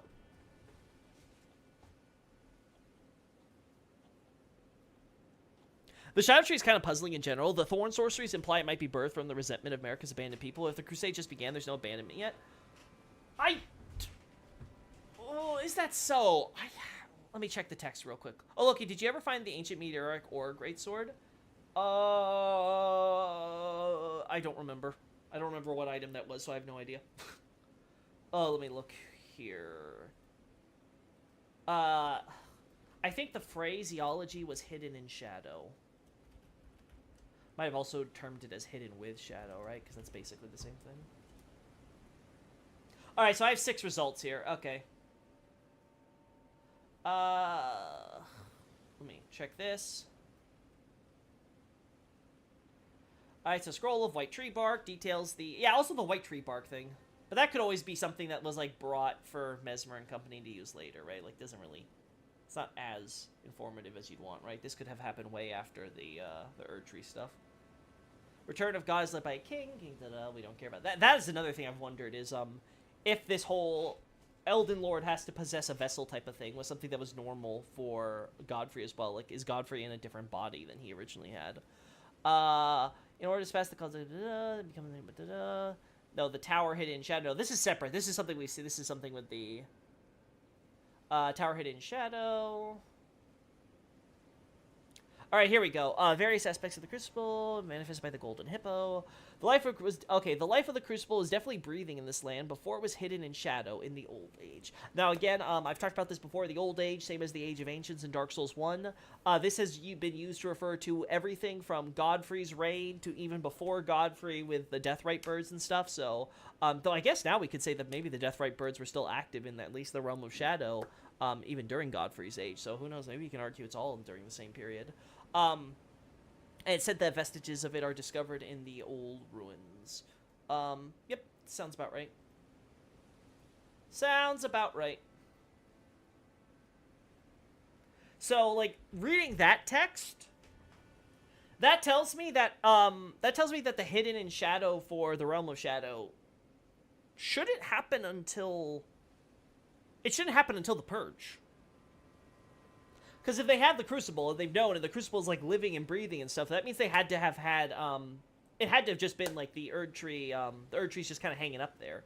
Now, I am curious, because we don't see any golden foliage like we do see on Altus, even though you would think that that would affect the landmass around Shadu Altus, at least, but we don't even see any Altus blooms there, which is another reason why I don't think that place was always Altus. I think it was just part of, like, a chain of Highlands and stuff. Because we should see Altus blooms, at the very least. I don't know, though. Maybe they all died off because it's all in the Shadow Tree area. So, like, all the gold stuff turned into regular greenery or something. It has white meteor bits in it, and when used, its skill has white gravity magic effects. Remind me of the inside of the Divine Towers. Oh, that's cool. Line of question I'm curious about. The image of the Twisted Shadow Tree is an edict. Denounce their ways, do them harm, for they have abandoned us. I think that might be talking about the incantation itself, but let me bring it up then, because, I know I translated that. Let me see, because I was asked about that, and if it made any reference to the impenetrable thorns, and the answer is yes, it is referencing those impenetrable thorns from the base game. Though the terminology is actually, different. Where is that spell? Yes, impenetrable thorns. Yeah, a more accurate translation would be something like thorns of rejection, right? Um, so, sorcery of those who despair because of their devout faith and abandoned prayer generates thorns of rejection, generating from the shadow tree from the ground, can be used continuously. The form of the twisting shadow tree teaches, reject and harm everything, for we are forsaken. Okay, yeah, so, yeah, the way I read this, Night Scout, it's not talking about the idea of, like, oh, this is born of, like, their resentment or anything. It's that they're looking at the thorns that the shadow tree creates, right?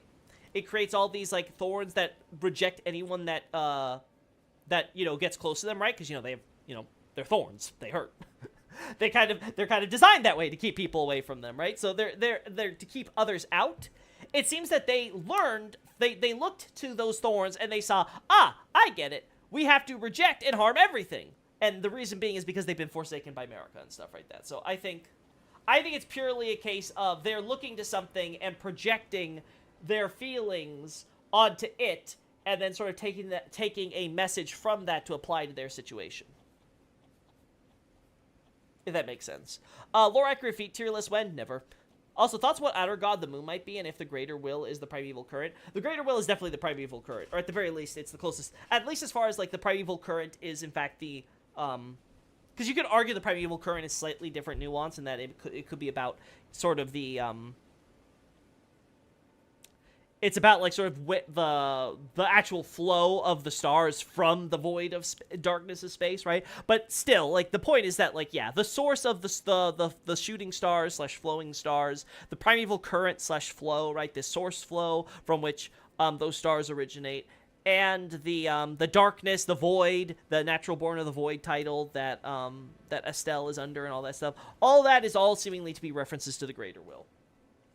I always think this goes well with what I've said before with the idea that it seems to be that we had just rock, and then whatever wasn't rock was the greater will, right? It was this nothingness, and that nothingness of abstraction refers to, of course, thought and will, and so this idea there was a greater will, and that greater will then created disparity on the world, on the world itself, and then that disparity upon the world separates, of course, the Earth as we know it from the cosmos as we know it, and it seems to be that idea is that darkness of space has always existed as that nothingness that the Earth has existed within, which is an interesting idea then, because that leaves a question then of with all the sun associations we see on Altus and stuff. Someone brought it up before, maybe the sun is the outer god of the fell god of the fire giant's flame, which that might be the next best theory now. If the greater will is just outer space. Hit the like button. Yeah, I really appreciate if you guys, hit the like button, subscribe, watch the vids, all that stuff. Again, or don't. I mean, it's your decision. I mean, you could hit dislike if you really don't like me, but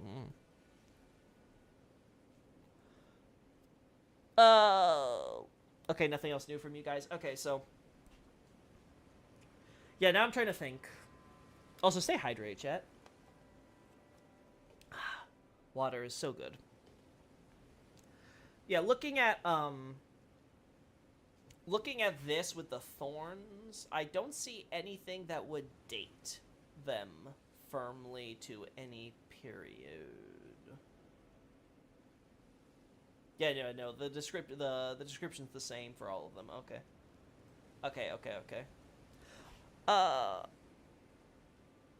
By the way, I was going to ask, as a writer of game analysis, you glad Elden Ring is kind of over? Like, if this is it, you can cook without worry, I imagine. Was it like that with Dark Souls or BB content? Listen, I am not in a position with which I can... What's the word? I'm not in a position where new games are going to affect my analysis. Ultimately, I'm going to analyze the game in its context. Like, for example, I was very fortunate that Dark Souls had 3 sequels, which allowed you to be able to kind of build the lore collectively. But ultimately, an analysis of Dark Souls 1 and Abyssal Archive is an analysis of Dark Souls 1 and Abyssal Archive. Whatever I reference about Dark Souls 2 or 3 in there is always something that's after the fact and sort of being kind of like, okay, the analysis looking at Dark Souls 1 is talking about something that's implied, but then, like, say, a later game will confirm it by just saying something outright or whatever, right? Like, Elden Ring is in a position where, yeah, it's done for now until maybe Elden Ring 2 happens. Is that going to affect anything in my analysis of Elden Ring? Maybe retroactively we'll be able to have a few more confirmations of things that are subtly hinted at. Like, for example, the DLC was able to make something that you could argue was already there in the base game with the bears and the dragons and the difference between the dragons and the ancient dragons and how they're like two separate opposing forces or whatever, right? Like, you could argue those were things that you could feasibly have accurately theorized using the base game, but the DLC makes that analysis much easier, which is what I said would happen. I said there's going to be some things in the game that we're going to retroactively think are like, you know, oh wow, yeah, so that's what all that stuff is hinting at, right? Because it's going to be so much easier because you're going to just tell you something outright rather than you having to kind of piece it together there with all the different factors and stuff, because there's just so much of that in this game. So is it cool that it's over? Yeah, but listen, is this actually like the end for Elden Ring? I don't know. Maybe it is. Ultimately, I'm going to be looking at Elden Ring as a whole now, so I'm happy with that for anything with the DLC. It means there's no longer anything, like, up in the air of, oh, this is what something looks like, but maybe the DLC will change stuff, right? Like, we now have basically all the data we're probably going to get for this game as its own standalone project.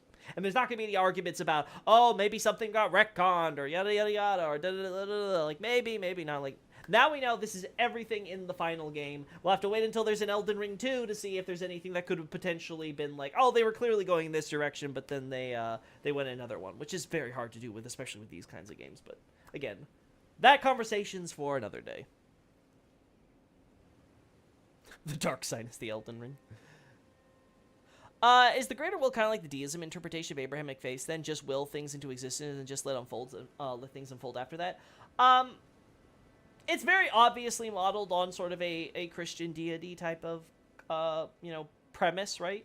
This idea of this singular, seemingly all-powerful entity, which is demonstrated to be able to do, like, all these kind of crazy things on the universe and stuff, for reasons which aren't always, obvious to us, right? Like, they're divine mysteries, right? Sure, yeah. There's always a question, though, of how involved the greater will is in things, right? Because there is talk about it's forsaken, and ultimately these powers stem from it, right? What's it trying to do? Is it sort of like the idea of being like, okay, I have these stems for you, and I'm gonna let humans play out. Like, what is the greater will's goal here? Like, what's the purpose of having people alive and going through all this stuff with the godhood and stuff? Like, why establish this system, right? Like, there's a lot of questions there, but like, I don't know, because I haven't finished my analysis on this game to really kind of say what the greater will, how the greater will sort of compares and what it might be, what it could be completely inspired on, because there could be other factors at play in Martin's conception of this that isn't immediately obvious to me.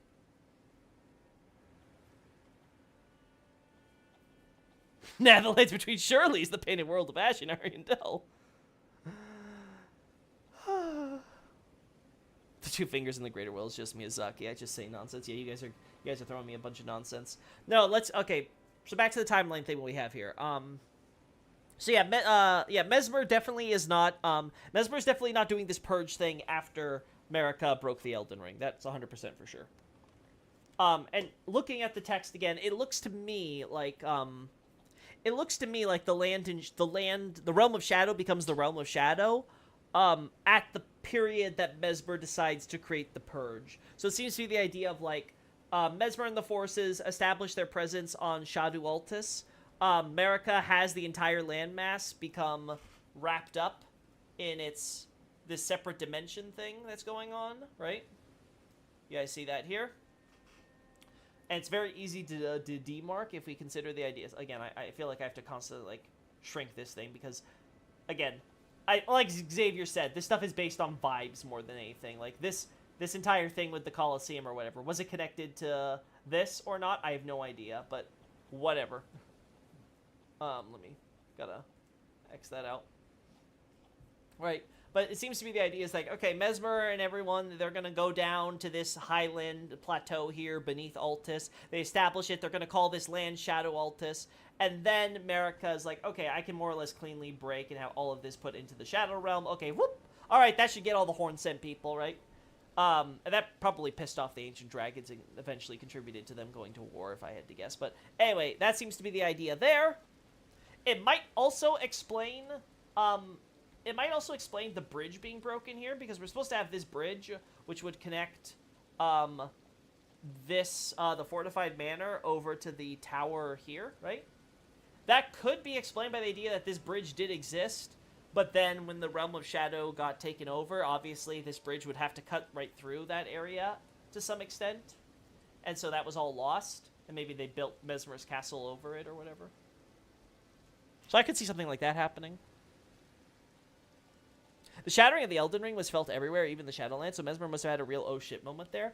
I think if I remember correctly, there's references of, like, some people are trying to, like, keep the calm and stay the faith, others are, like, yeah, freaking out. And again, we see all the defaced Marika statues. It's very obvious that, at least with all the time that's happened between Marika first shattering the Elden Ring, and all the events that have happened up until then, which, keep in mind, the events with the Tarnished alone have apparently taken place over the course of a good number of years, like maybe almost a decade at least. So we're talking about a very long time that Messmer's forces have had to stew on this idea that Marika might have completely up and abandoned them and has completely destroyed everything.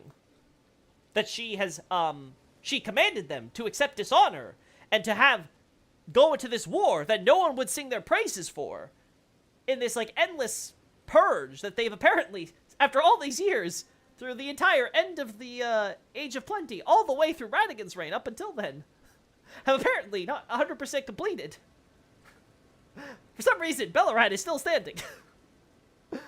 But, like, yeah, so, like, all that stuff is happening. And they are, yeah, I wouldn't be surprised if they have, if they're a bit demoralized. Why is Dark Souls 2 such a vibe, but I can't stay to play because it's a terrible game?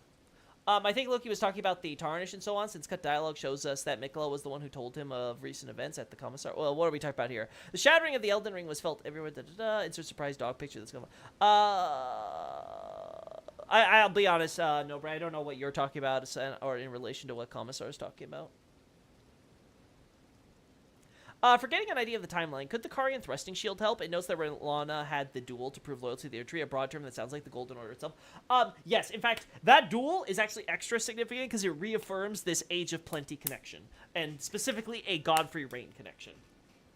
So let's go to that factor next. So we could say it's definitely during the Age of Plenty. It's probably after the Glowmite Queen incident, most likely, based on all things. It'd be very weird if it's beforehand, though I guess you could maybe argue that maybe that's the motivation for Melina betraying her mother and commencing with these god hunts, because she threw her brother into a Shadow Realm purgatory type situation. I don't know. I think it makes more sense the other way around, that Messmer has to kind of prove himself now that his sister, who also has a flame, which proved to be very dangerous to Marika's kingdom, is actually loyal to the Erdtree they're fighting for, right? So I could see that. I could see that much more. But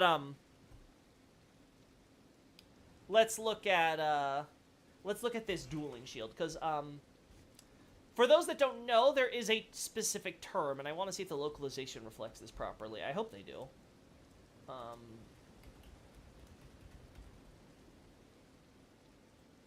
I think they do. I think they use the same terminology as they do in the base game. Soul entry into ritual combat. I think this is mentioned in the talismans, right? The talismans for the sword and shield talismans you use for the, that's been associated with the arenas and stuff in the past, right? Is there more Godskin lore in the DLC? Not really, though you could argue indirectly, because there's the whole mention of Messmer's sister, who's very obviously Melina, who's very obviously the Glowmite Queen. So I guess you could argue in that sense we got more Godskin lore. Messmer has a whole archive, so he might have had a thing for artifacts.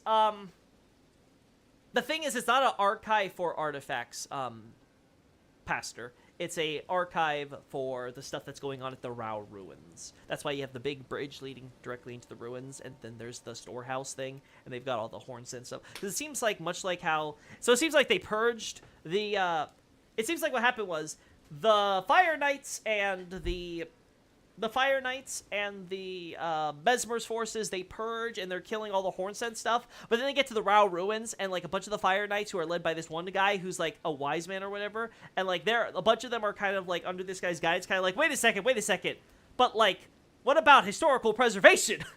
What about archaeological principles. And so they decide they're not going to burn down the ruins, and instead, even though there seems to be factions that are definitely for burning down just everything indiscriminately, right? But they're like, no, we gotta protect this stuff, and they start creating the storehouse to, like, study and, like, collect data, and they seem to be doing something similar where they have all these species of horn things that they're collecting and preserving and experimenting with for the purposes of trying to understand the history of Rao and thus the Crucible. Oh yeah, Wago and Salza, yeah, those people. Mesmer goes on a crusade because of his mommy issues. He's just like me, for real. Let's see. The big thing I've always had with the Elden Ring is trying to understand how many years have passed since events. Was it a decade, 1,000 years? It's a story with demigods and divine beings in a world in which death doesn't exist and people live forever until they're withered from being unable to die. Yeah, this has always been a problem with trying to establish an exact timeline, right? With, certain events and stuff. Martin doesn't help when he's going on, like, a comedy show with, what was it, Colbert? And he's, like, going on, he's like, oh, you know, I wrote this story, and then, like, you know, I wrote, like, the 5,000-year backstory or whatever to whatever. It's like, was he being facetious or was he being serious? Who knows, right? It's very hard to tell in that context. Thoughts on Karian women having a thing for edgy religious redheads? Listen, those women have a type. They don't see much red out on the mountaintops, apparently, so they're just all enamored with it once they see it down south. Anyway, so as I was saying, the ritual combat referenced with the Karian thrusting shield, and I think there's also there's a dueling shield or whatever, which the shield is also referencing, right? That's referring to the ritual combats that happened in Godfrey's arenas, right? Those, I translate as dedicated fight because the kanji is for, well, it's a fight, a duel, like you see in the duelists, right? Same kanji there.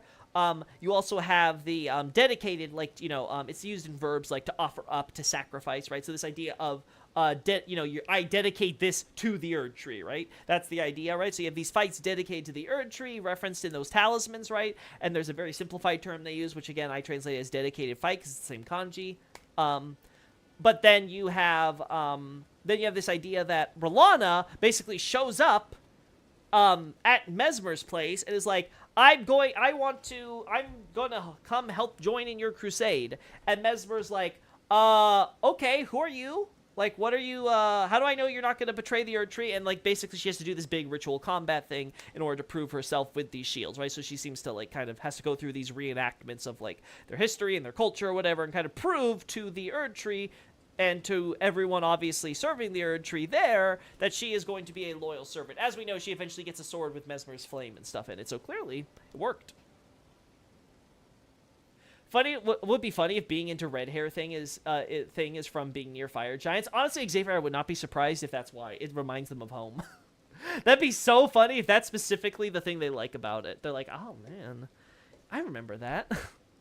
We always had some, like, casual relationship with those fire giants, but, you know, now that they're, like, you know, not like the size of, like, not the size of, like, the entire lands between, I think I could get into this.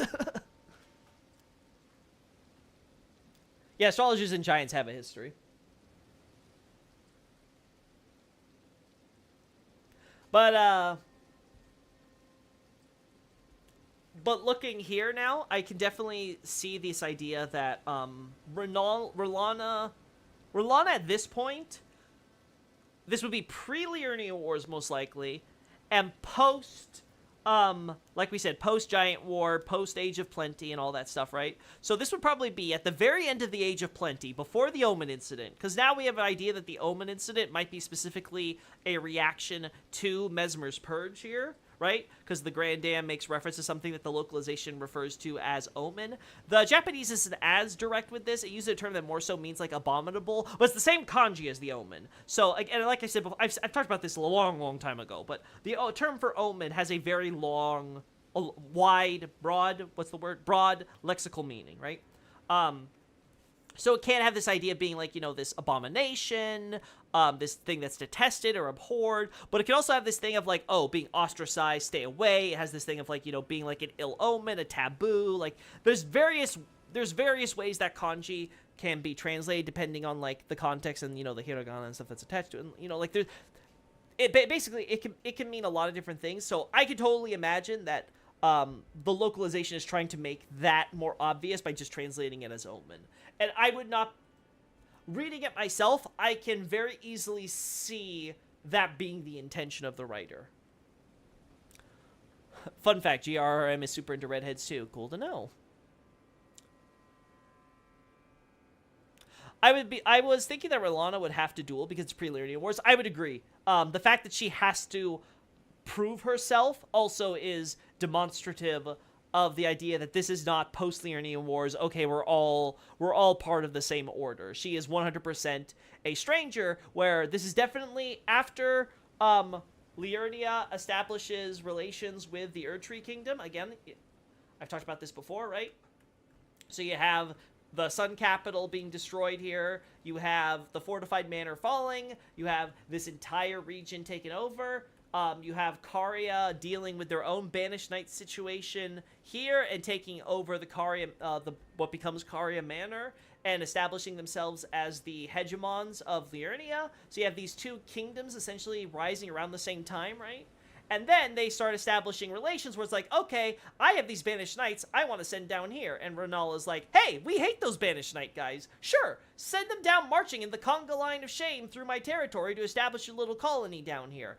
Okay, well, we have a bunch of other things we need to negotiate too about this whole going through territories thing and trade and how we're going to supply these colonies or whatever, yeah, right? So they're going to have a lot to talk about, right? So like, okay, I'm going to send some ambassadors over to your capital, right? And that's, again, I've talked about this before with the Omen incident. Makes sense with how, Morgott knows what a Carian Knight Sword looks like and stuff like that, if that was like part of his formative years, along with the other stuff we see which could be associated with his time in the court, like the Erd Steel Dagger, or the Giant's Crusher Hammer, which again, obviously veterans of the Giant War would be still, you know, very much fresh in their mind during Godfrey's era, right?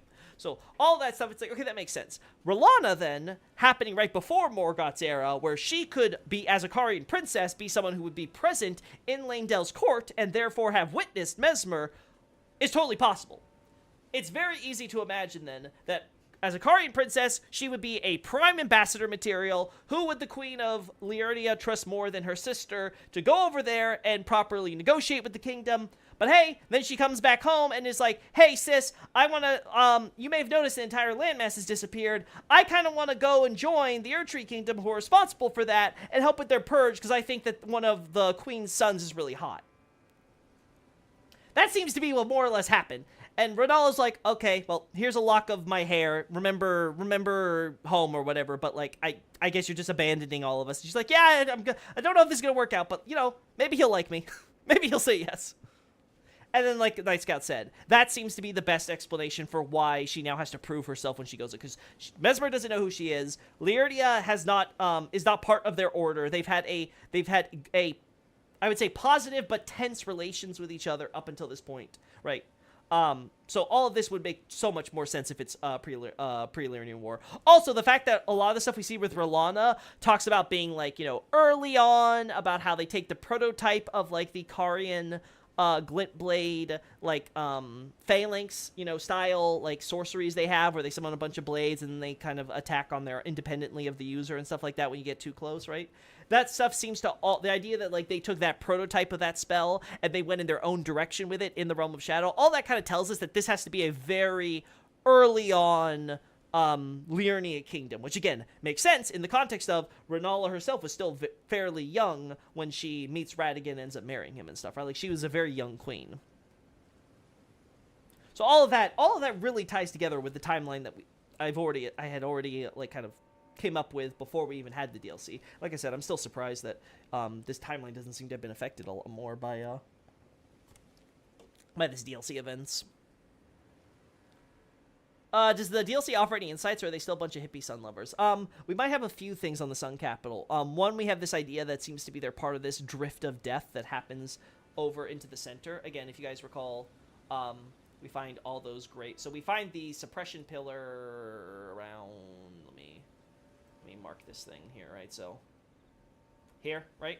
Like, this is where the suppression pillar is. This is supposed to be roughly the middle of the lands between, right? This is supposed to be the center, which makes sense. If you look at this whole map, yeah, this seems about right.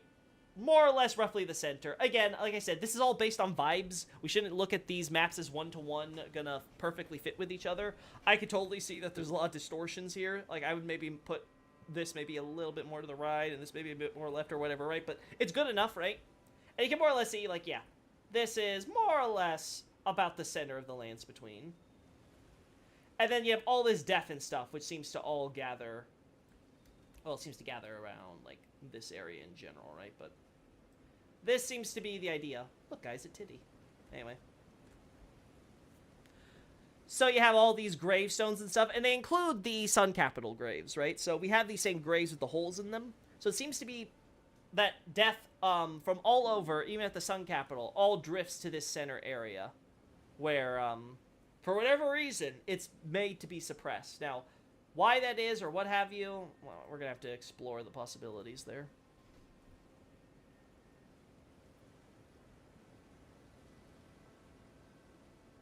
I'm going to head out. See you, Tyrone. R'hllana could have pushed to allow it because she likes Messmer, whereas Rennala herself wouldn't exactly be warm to the Alliance idea, hence the Liurnian Wars.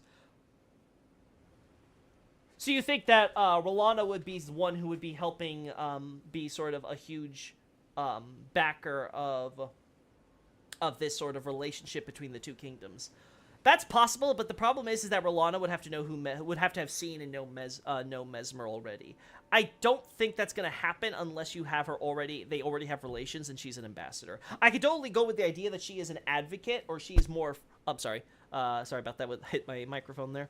But she's more of a advocate because she's a you know, as an ambassador there, she's someone who's at the very least more receptive to the idea of them having friendly relations, right? But I don't think she could be there from, like, the very start. Because, like, again, that would presume that she knew Messmer in advance. And I don't see anything that would really justify that presumption. What does the JPTX say in regards to R'hllana and Messmer? The impression I got was that she felt inspired by him instead of a romantic interest. It doesn't talk about their exact nature of their relationship.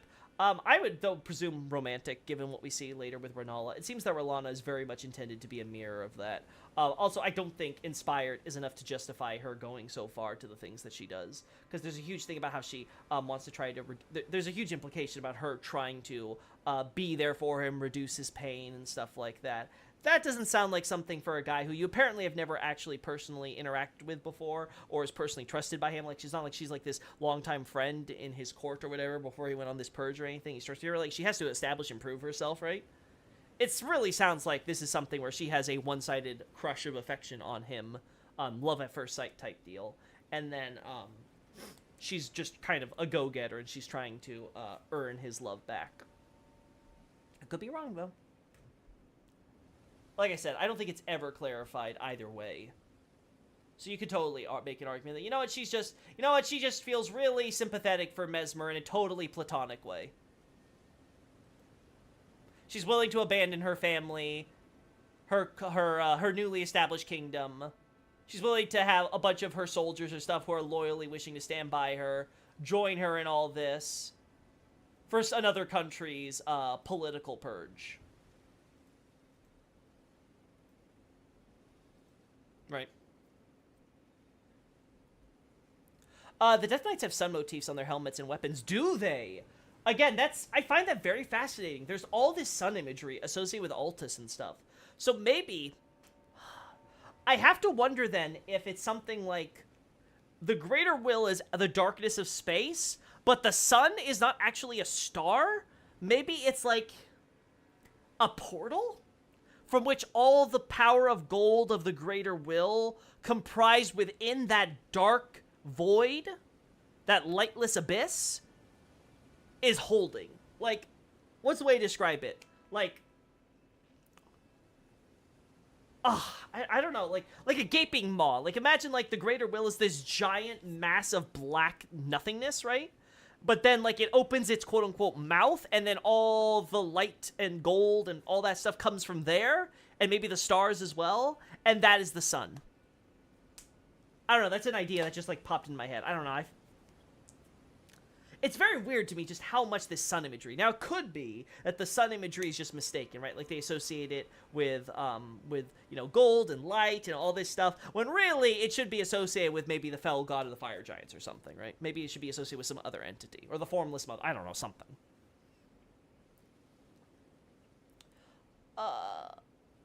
Speaking of which, are the Death Knights anticipating the Age of the Dustborn like it will happen naturally, or is the Kanji and the Mogwin Dynasty will come sense? I'd have to double check the Mogwin Dynasty will come sense, but let me just bring up the Duskborn thing one last time.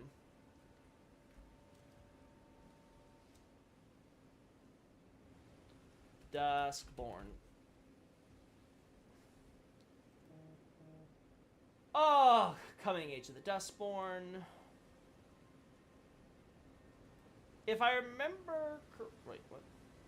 Wait, what? This isn't what I was. This isn't what I clicked on. Oh my god! Control F. You lied to me. There we go. The Death Knight armor. All right. Also, is it just me or does this armor look familiar? I feel like I've seen this in Dark Souls 3 or something. Maybe I'm crazy. Maybe all the armors are looking the same to me now. The high descriptions call them wheels or rings, but they look like suns. Well, if they're supposed to be wheels or rings, they're probably that, wheels or rings. Again, I would always say that the text probably trumps whatever, because there could always be something where they had a different idea for the design, and then it became something else entirely, and now the text is just trying to gloss over that. But let's see. The Knights who were once Godwin's royal guards after the corpse of their completely changed masters, for the coming age of the Dark Ones. I have to check what the... this will be referring to the Duskborn here, same as what we see in the ending there. Let me oh god, it's good to... I can't... I have to look it up afterwards, Night Scout, because, oh my god, the lag is so bad for me trying to do these searches for you guys. You got Control F. I think it's fun that Rellana's theme references Renala's and Erdtree Warriors themes. You mean the Erdtree Sentinels?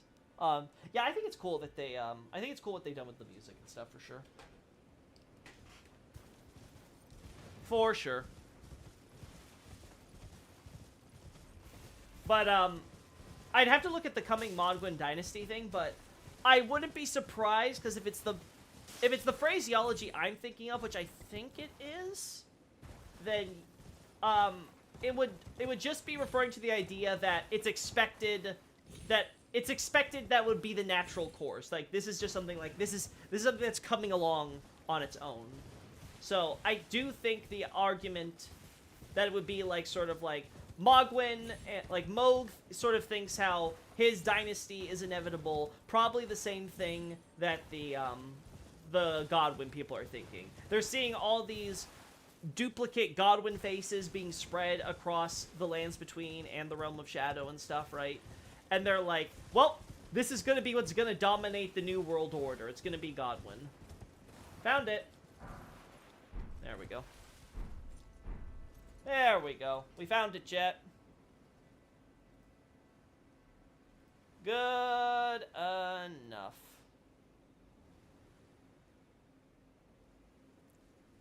Yes, Xivia plays for Crucible Knights. Oh, yeah, Crucible Knights do it, too. Okay, yeah, that's why you said Erdtree Warriors. I was like, wasn't it Sentinel specifically? But no, you're right, Crucible Knights have the same thing.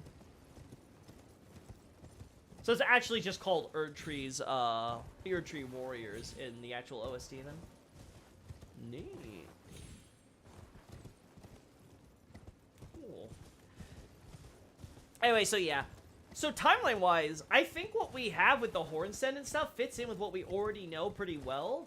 The biggest thing for me is now we can say for certain that if Marika's village comes from, say, the Nox or some other Newman civilization or whatever, it's definitely something that's at least some degree separate from an actual Eternal City, right? So it's not like the Nameless Eternal City or some other Eternal City she comes from.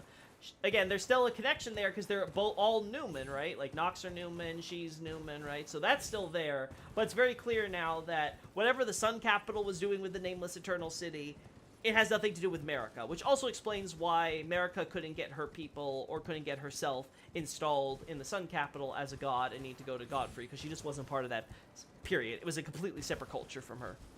Completely unrelated. Which I'm perfectly okay with. That's a great way to simplify things.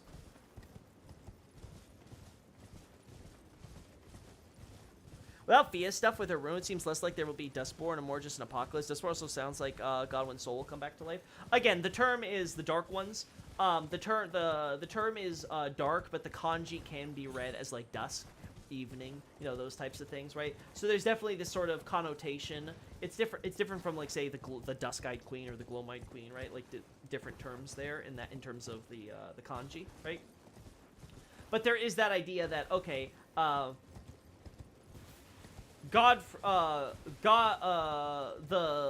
those who live in death are like a people of the proverbial night. It seems to be the idea. And keep in mind, this term for dark or dusk is the same one used when referring to Trina stuff a lot of the times. Like, outside of like 2 or 3 instances, the term for like it being like a deep or a dark purple or violet is actually referring to this same term used for Duskborn and stuff. Now, is that important beyond the idea that both have to do with like sleep, night, you know, that type of stuff? I don't know. You guys can theorize about that. I personally have no stake there so far. Rolana is a cool girl, just standing there like queen. Shake my head. Nard and I were talking about the Lazuli there and how they Ronnie's ice shields. Landell soldiers are also there. Whose ice shields? I don't know about the ice shield thing. Are we talking about Mesmer's forces, or? I meant more that Fia's rune is needed for an age. Without it, the world just has soulless zombies.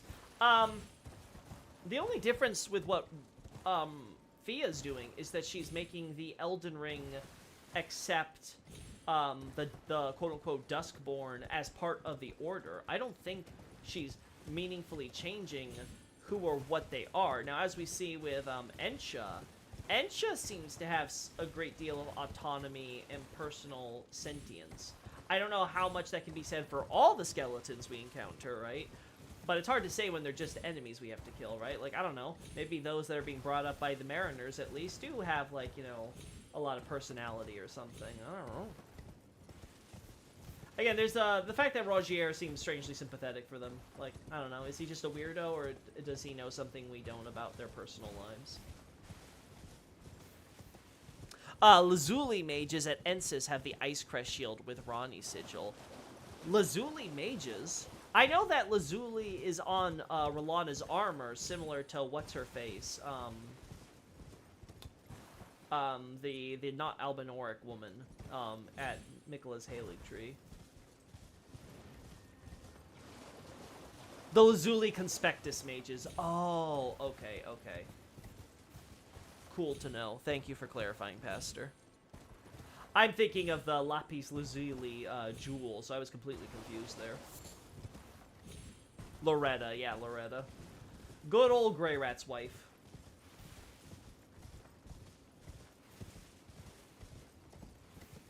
They have the gray robes. Yeah, they have gray robes normally, right? So the only difference would be the shield then. Let's look at that. Castle Ensis. That's interesting, because then it would suggest that Ronnie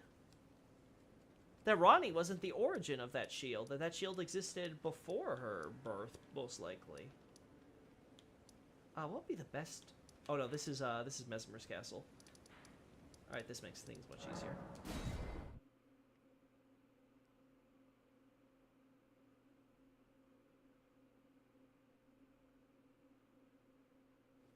Oh, so you're trying to now date things to after Ronnie or whatever, when she's adolescent or what? I'll be honest. I think there's a lot of problems with trying to date Rolana leaving to after Ronnie's born. A lot of other unnecessary events have to happen for that to be the case.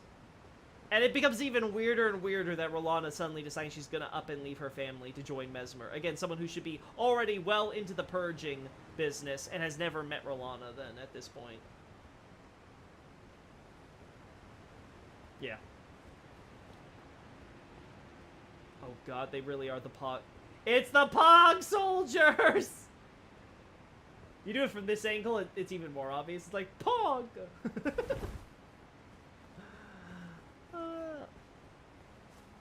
Is it possible that the Carians were allowed some access to the land of Shaft after the Arenian Wars?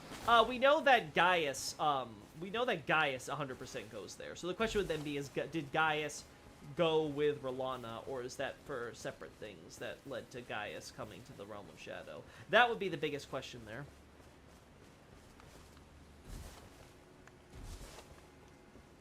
Ymir said his finger creepers to Karia Manor. I don't think that was Ymir. I still think that's part of Ratigan's experiments. I don't think it has anything to do with Ymir.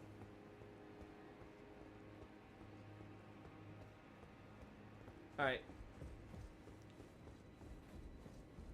This is just a regular Mesmer soldier, right? Yeah. They looked a lot cooler in the story trailer. Well, to be fair, they didn't look like zombies in the story trailer. I think it's the biggest difference. Oh, yeah. This is the shield for sure, but they don't look like they're different otherwise. Nothing strange about their helmets, right? I'm pretty sure that's the same gem. Their sword looks to be the same too. The Mikola sigil is just his crown.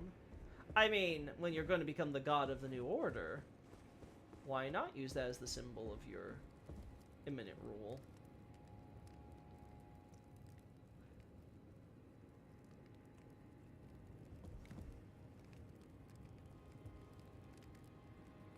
Hey.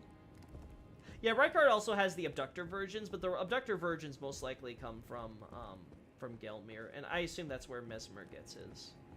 We see it very consistently that everything with the abductor versions is about them, you know, acting on behalf of Gelmir, and now we see them acting as like part of like the capture and torture instruments for Mesmer. So it seems to be either the idea is they're copy pasting the enemy because they have to do with like the serpents that like are in league with Mesmer, or they all come from Gelmir, and these are just like, again, like requisitioned,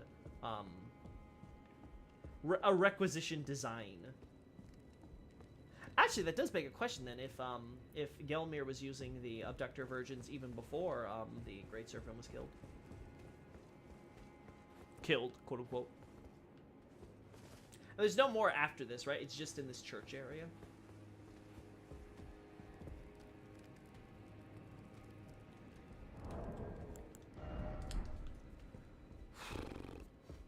All right, so there's several things that come to my mind when I see this. One is that obviously the Ranni connection. Two, the Twin Moon connection. Because again, it's never clarified. It's never clarified if the twin moons. We know one of them seems to be Renala's full moon, but it doesn't. Sorry, buddy. It doesn't clarify though if the other moon is the dark moon, which we do actually see on the altar, you know, with the other moon. Or if it's like a separate moon that we've up until now never seen them together, right? Because if it's supposed to be the idea that, you know, Renala has the full moon and R'hllana, she wields the twin moons, but like if we were to analogize them, she's more associated with the other moon, and that's the dark moon, and that could explain the similar shields to Ranni. Like these are supposed to be like these aren't like Ranni copying the shields or whatever. It's just they both create a similar they both have a similar symbolism, similar symbology that they use because of their shared associations, maybe. But again, I don't know if that could be considered accurate, because I'm pretty sure the twin moons just look like two identical full moons. I can't take these mages seriously. Whenever I see them, I think of those wannabe Twitter intellectuals who use Greek statues of philosophers as profile pictures. Listen. Listen. Listen. Are you not looking at this and thinking this is peak intellectuality? Also, holy hell, I didn't realize just how tall these guys are. Like, holy crap, man. Abductor version snakes have no wings. They might not have been accepted as Mesmer's forces. I mean, they're at the Fort of Reprimand, right? So, I mean, it makes sense to have them there in the capacity of this fort, which his entire thing is, like, torture and you know, capture and torture. So, whether or not they're being, like, accepted as, like, the wise serpent with the wings is maybe not, but, like, they're serving a purpose. I definitely think I definitely think it adds to the implication that all of this is happening post Snake Rebellion, post Snake Great Serpent being hunted and killed, quote unquote. Also, Ymir knows who Miquella is, so he might have learned well before Miquella's shadow journey. He knows who Miquella is. Well, then there's a problem. Now we have to then date Ymir, R'hllana's sorcery professor, going into the realm of shadow so much later, right? Because now we have to wait until at least Miquella is born. and is old enough to probably meet Ymir, right? Like, there's a lot of problems with trying to then go with that. Versus the alternative, which seems more likely, Ymir met Miquella when he was traveling all around the realm of Shadow, dropping pieces of his body everywhere. That seems much more rational to me. I think that's far more likely than the alternative, especially considering it's heavily implied that Miquella is who tells Mesmer about all the stuff about the Tarnished as well, something he reasonably shouldn't have any idea about, given his isolation in the Realm of Shadow, well before anything with the Tarnished was even a thing. But it makes sense when you consider that it's probably Miquella who told him about these things, and then like you have cut dialogue that actually just outright admits that yeah, Miquella told him. So like yeah, I think it's more likely that Ymir just met Miquella, because Ymir also makes reference to Miquella. I don't know if it's about him giving up his fate or that he's going on this terrible journey, you know, to become god and all that stuff for trying to right the wrongs of his mother's lineage and bloodline and the whole fingers thing and all that. So you're thinking they didn't meet personally, but they knew about them. Again, there's still a problem because then Miquella has to exist and be aware in the outside world. Again, considering Ymir is being so closely associated with R'hllana as her sorcery professor, it sounds more likely to me that he, like many other vassals to R'hllana, were like, you know what, we're behind you all the way. If this is where you go, we're gonna join you. Then Ymir, as while acting in the service of R'hllana and thus Mesmer, learns about the stuff at the well, he's never been to the Finger Ruins. He seems to have just secondhand accounts based on his own dialogue, his Japanese dialogue at least, where he's very clear that he's just hearing all this information that he's relaying to us secondhand. But he has all this stuff he knows about the Fingers. He seems to have at least found the Fingers where his cathedral is now with Metter the Mother, right? And then he basically decides, oh, the Primeval Current, which, again, during this early period in Karian history, might not even be banned by Rennala yet, right? So it makes a lot of sense that someone from his background would be like, oh yeah, yo, this Primeval Current, which sorcerers at the Academy for the longest time were looking into, that's the Greater Will. Okay, then I clearly, as a Glintstone sorcerer, I should be looking into the Greater Will and the Fingers and all that stuff. And then he gets wrapped up into this whole mother shtick he has. So I don't think any of that has to do with Miquella or something. I think it makes much more sense if we consider the timeline of R'hllana as, again, being that post-Glowmite Queen, pre-Liurnia War period. Hey, Knight Yola, and I don't know how that name's actually pronounced. Did that kid with Rapunzel-like hair just drop his arm on the ground? Let's go have a chat with him. Wait, isn't one of his... No, okay, no, I was about to be like, isn't one of his crosses around there? Like, that could have actually happened. But no, they're not here, thank God. I was about to be like, that'd be so funny if Miquella would just want to decide, like, oh, there's a cool little church there. Let me go drop one of my body parts around there. Wouldn't that make him old as hell if he was one of Rennala's little sister's preceptors? Would that make him old as hell? Yeah, he'd have to be older than her if he's her professor, right? So yeah, Ymir is, he's an oldie. Then Miquella indirectly had Mesmer whacked.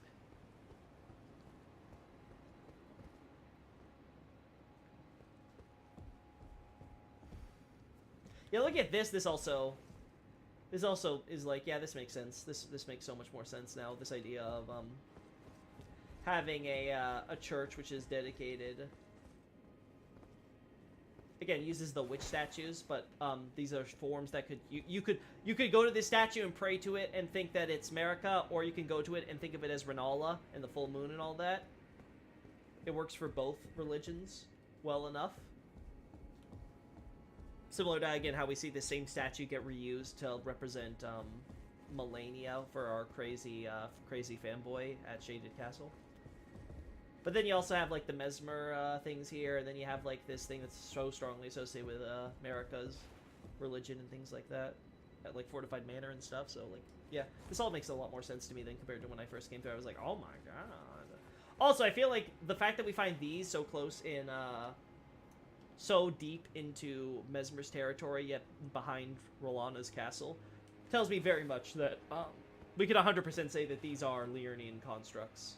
That these were made by If not the Carians, then at least the Liurnians. Maybe you already answered, hey, the best guy, somewhere, but I'm new to the channel. Where do Great Runes come from? I mean, we see people form them themselves with Mending Runes, and there's Elden Runes. A Great Rune is just as we see when we break them up into, like, individual small runes, that they clearly are simply just a collection of runes. Now, rune, however you want to put that, is like some sort of basic, script, right? I don't think there's any way I can, maybe status? Yeah, there's no good way to really show this off, unfortunately. But like a rune is like oh, actually, maybe I can. It's not, you know, it's not the perfect. Oh my god. Yeah, that's right. This is the new thing. It's not a perfect approximation, right? But this will be good enough for now for us talking about it. But a rune is basically like you have. Let's use the smaller one.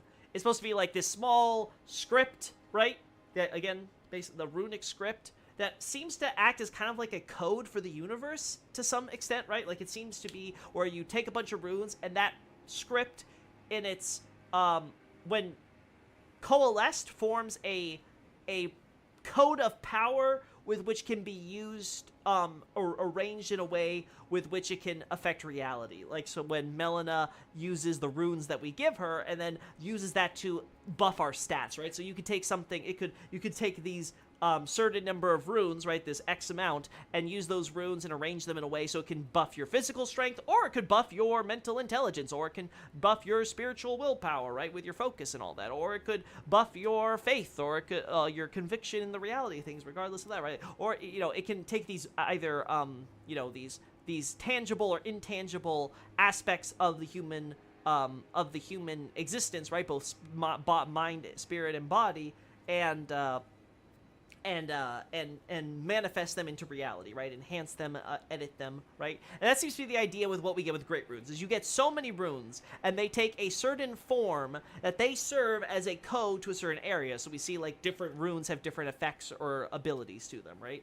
Like, if I recall correctly, Radahn's rune, I'm not sure if it's the source of the burning or whatever, right? But it has a certain thing where it's, like, being corroded by the rot, but the burning fire is having a different effect on it, and that gives it a very unique, magical effect when we use them, right? That seems to be the idea with Great Runes, and that they ultimately come from the Elden Ring, but then some people will take some of the curse marks or things which derive or result from the power of all these runes or things, and then they will create their own Great Runes, which are the Mending Runes that are used to add on to the Elden Ring, right? So it's kind of like, okay, we take some of that Elden Ring's power that got broken down to some varying degree, and then we're going to reformulate it into a new rune, which we can then install into the ring, which helps govern reality as a whole, because that's usually the idea, right? You have these small runes, they can have their individual effects on reality, but they are the building blocks to forming Great Runes, which in their collection form the Elden Ring, which governs all aspects of reality. If that makes sense.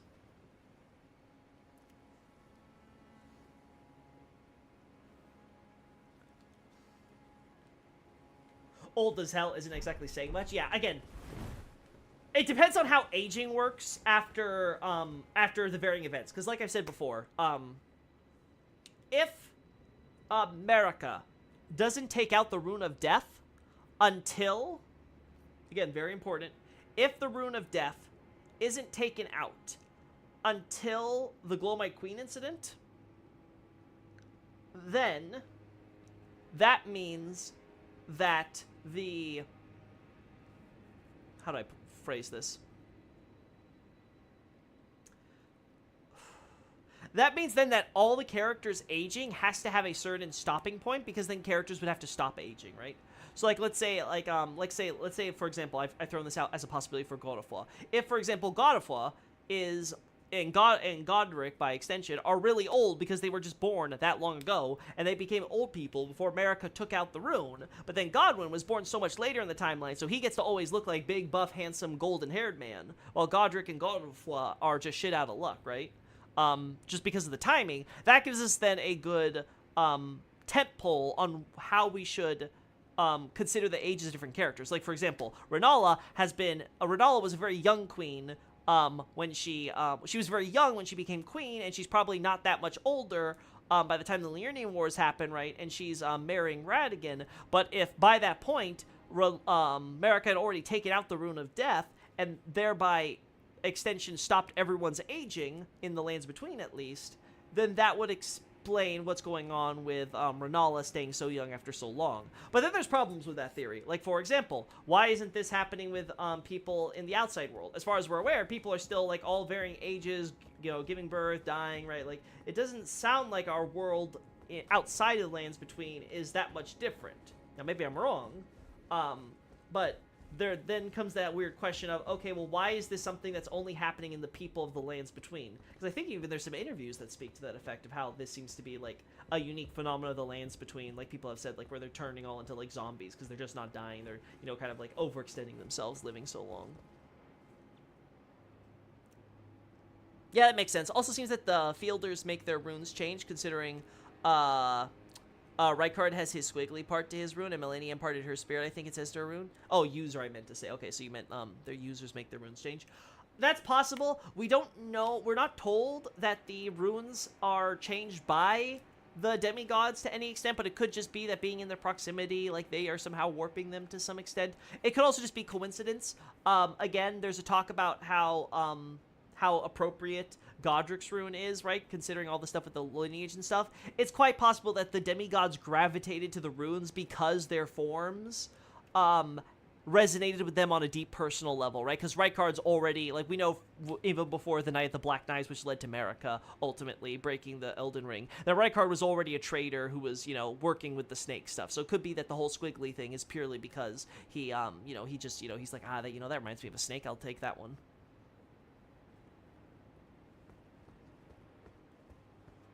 But yeah, we know, like, different runes have been affected when it comes to, like, magical... Oh, wow, I missed an item there, too. Jeez, guys.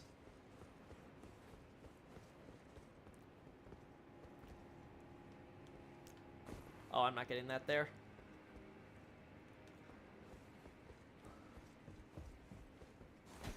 Well, I have no idea how I'm supposed to grab that one.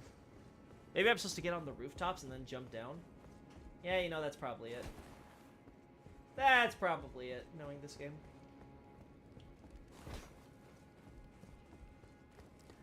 We all know it's gonna just be like an arterial leaf or some crap. But yeah, I'm trying to think, is there anything else in the timeline that we'd have to sort through? I guess it would have to be the question of the Golden Order, because I remember there being a website that would suggest that the Golden Order was created at that point, which would tell us that the removal of the Rune of Death might have happened earlier than we previously thought. If so, that would tell us that the Golden Order with the Rune of Death removed was something that occurred. No, but there's problems with that too, though. Yeah, I'd have to go over all the different sources we have and think that through. Oh wow, there's another item down here. Wow, you know what? I just missed a lot of items in this castle, clearly. Another dew gem. Oh, okay, that's how we... Now I know how we get there. One of the Fort of Reprimand Abductor Virgin is 2 Giza wheels. Why is that important, Night Scout? Is there something about the Giza wheel that I'm not remembering?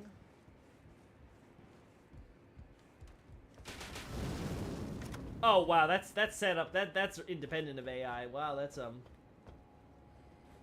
yikes. I gotta put on the proper spells on my character still.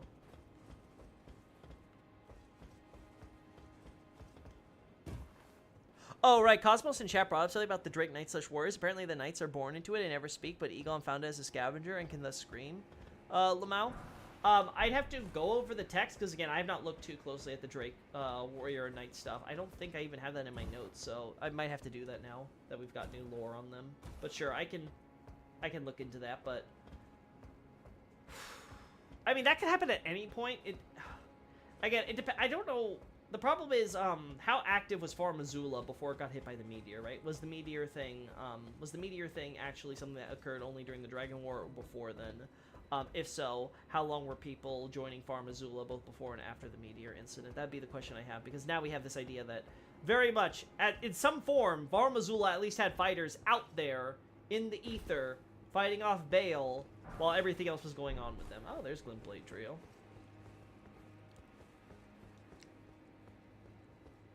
So that's something to still work through.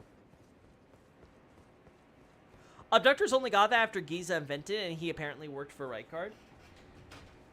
then I guess the best justification, like the best, like, you know, kind of like, oh well, that's kind of a retcon, but would be just saying that they're reusing the model and that Mesmer's forces came up with it independently. But I will check the Giza thing right now to see if I actually have it in my,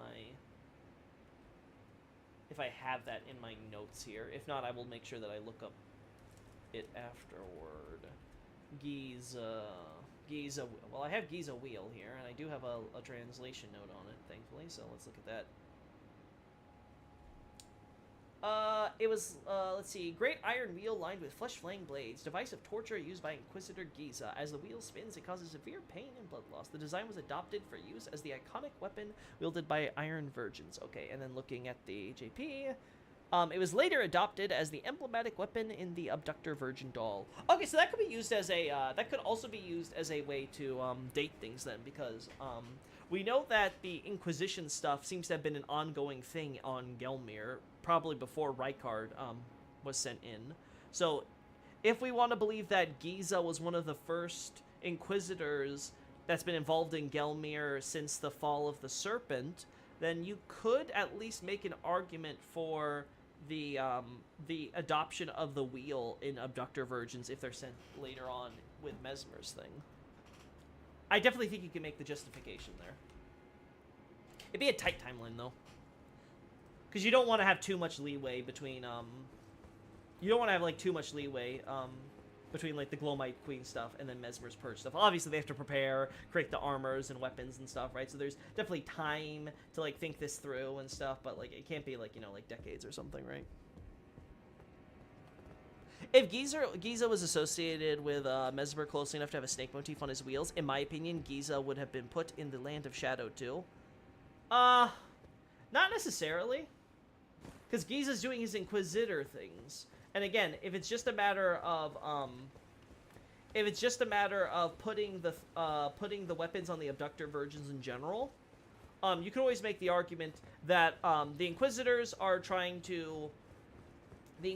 want to use the snakes, or what's the best way to phrase this? Giza creates the wheel, right? Like, he's created the spinning wheel to torture the victims and all that stuff, right? To try to go after those naughty heretics, right? Mesmer and crew are going to be going on a purge. They have a bunch of snakes who they could then take or use with these mechanical devices that are being designed in order to torture people there, right? Because the idea seems to be that it has to be local snakes, right? And local snakes are, well, they're snakes, so you can train them, teach them, right? All that stuff. It doesn't really matter if they're serving the interests of the greater snake god or stuff, necessarily. Giza puts his wheel, whether he was personally involved or not, gets used in the design of that Abductor Virgin, right? Then Mesmer takes those Abductor Virgins with him to his purge for the purposes of the torture and stuff. I don't think that's too big of a problem. But like I said, you could also just go with the alternate idea that, well, you know what, they discovered it independently.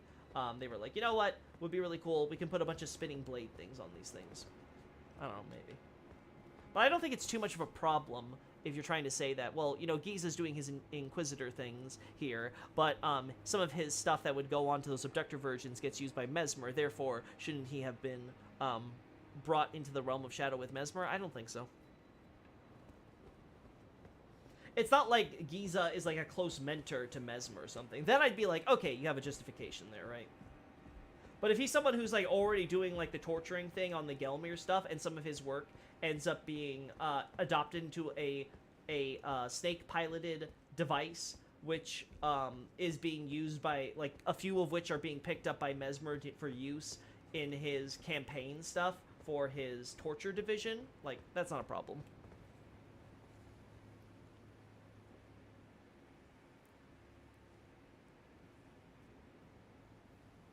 I was kind of joking. Yeah, but it is funny when you think of how Egon is like constantly screaming when the Drake Warriors are supposed to be mutes. That's for sure. Even the handheld version of the wheels is designed to tons of coiled snakes on the shaft. No wings on those snakes either, so it's the piss off Andreas kind. Alright, here's a question then. Do we see that in Rolana's weapon? Because Rolana's weapon has Mesmer's fire. Is there wings on that weapon?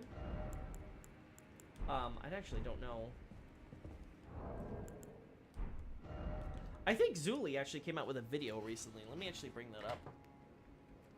Earlier you mentioned Godfrey was old, but I always pictured it as his white hair being a trait of his, as Godric has white hair too. I wouldn't necessarily... I was talking about Godefroy, not Godfrey.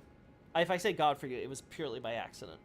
But Godfrey's also probably old. Just by virtue of, like, you know, he's the patriarch. But you think he has white hair naturally? Perhaps he's just aged outside the lands between? I guess that's also possible. I mean, I guess it takes a little bit of slightly liberal interpretations of some of the portraits, but that's fine. They got a Godfrey... I got all the names confused. They got Godfrey's axe wrong in the Stormveil Castle, right? Like, there's no way that portrait should exist with his broken axe, right? So, like, listen, if they're gonna use, like, concept art and stuff in that fashion, like, sure, him having white hair in some portraits, or what looks to be white hair, isn't that, like, is it a big a deal, right? Morgoth has white hair. Like, that's true, but Morgoth's an Omen, and we see Omen pretty consistently have white hair, at least among the enemy variety. I don't know if the Hornsent... Actually, do we see any Hornsent with their full head of hair shown? Maybe the Grandam?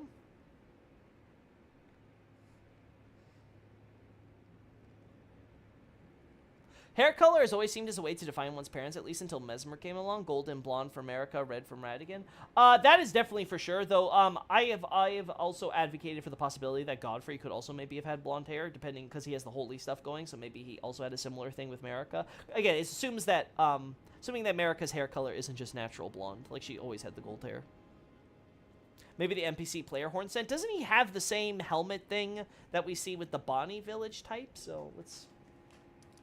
I want to check something else, but let's go to the Bonnie Village real quick.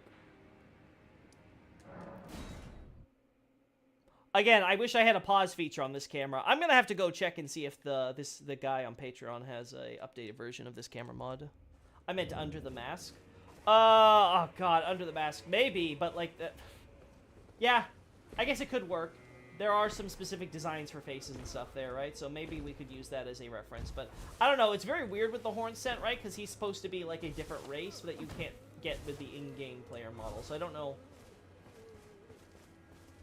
It's possible. It's definitely possible. It could at least be a good indicator. Well, like I look at this and I'm like, okay, what hair do they have? Oh, they seem to have white hair here. Right? Am I crazy? That looks like that's supposed to be like whitish hair. That are some very ugly roots. Yeah, that looks like white hair. I think they might have beards. I think Hornsent is bald under his mask. Darn. Denying us the proper lore knowledge on hair. But it looks like white hair on the helm piece that he wears, so.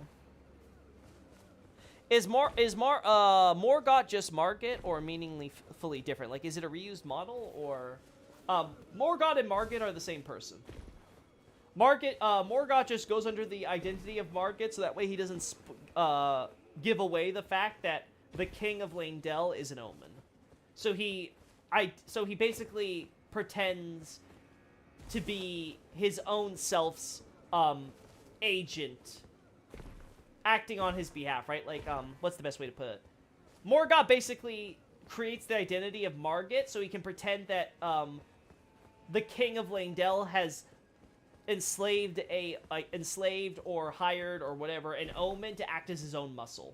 So that way Margit can get away for doing all these things during the war without having the people of the city turn against him.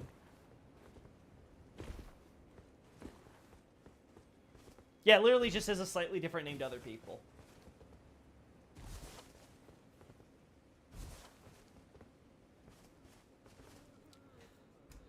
Speaking of Hornsent's Caterpillar Mask, is the JP text elaborate what impurities and temptations they're trying to suppress as they work? I don't remember that coming up. Let me check, though. Temptations. Temptation singular? I don't think I have the mask even in my notes. I'd have to look it up. Yeah, it's not coming up for me. Yeah, Margit's pretty much the Morgoth's Batman mask, right? It's one of these things where, like, it's purely to preserve his secret identity.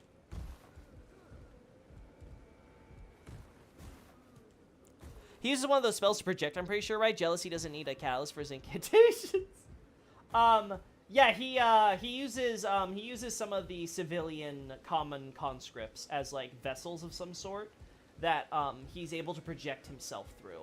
So that way he can basically fight from afar. Even after you beat him in the boss fight, his Stormveil projection can no longer, be summoned, but he can still summon the one in the capital outskirts. So it's definitely something that even if he's like seriously injured, dying on the ground, he can still project himself at his well, theoretically full strength, though he doesn't fight his that way, so you kind of have to argue whether that's like for story reasons, like they're not having him show off his full power, or if like he literally can't use everything that he has.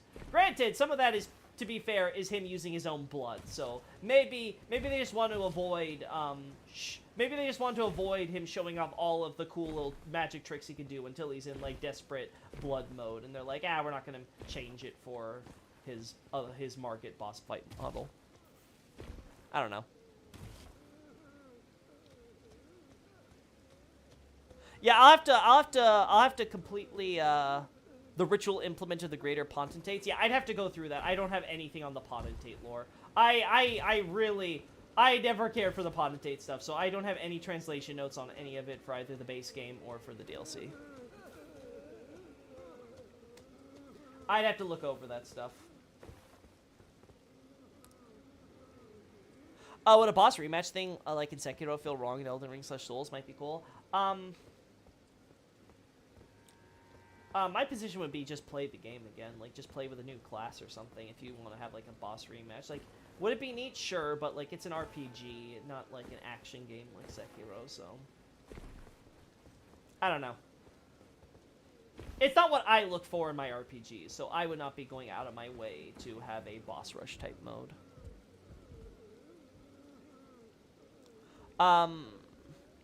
So it's like Anbu Kakashi versus normal Kakashi? Yeah, pretty much.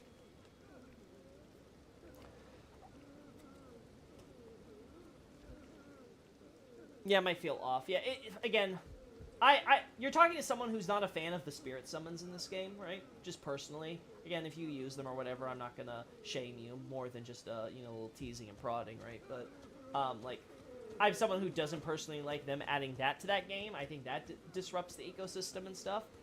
To like what these games build up to, and why I think they're valuable compared to other games in the medium, right? But like, I mean, they exist, so like, what am I supposed to say? Man of culture. Anyway, chat, I think we're going to wind things down here, because I think I've got most of the timeline stuff sorted out in my head. I can't think of anything too crazy, so I kind of wanna like let my voice rest, because I'm feeling a little parched. I'm running out of water. But yeah, I'm trying to think if there's anything like major. The only thing I can think of now is, like I said at the end, is that Golden Order thing, because if it's as I remember from that website trying to say that the Golden Order came to be with Marika creating the Erd Tree, then there's a problem there, because the Golden Order supposedly coincides also with removal of the Rune of Death, which should also coincide with stuff involving the Glowmite Queen. So the Glowmite Queen then incident would have to be brought in much earlier, which would mean Melina and Mesmer would definitely have to be born before Marika becomes God. So that would be the biggest potential timeline thing that would have to change.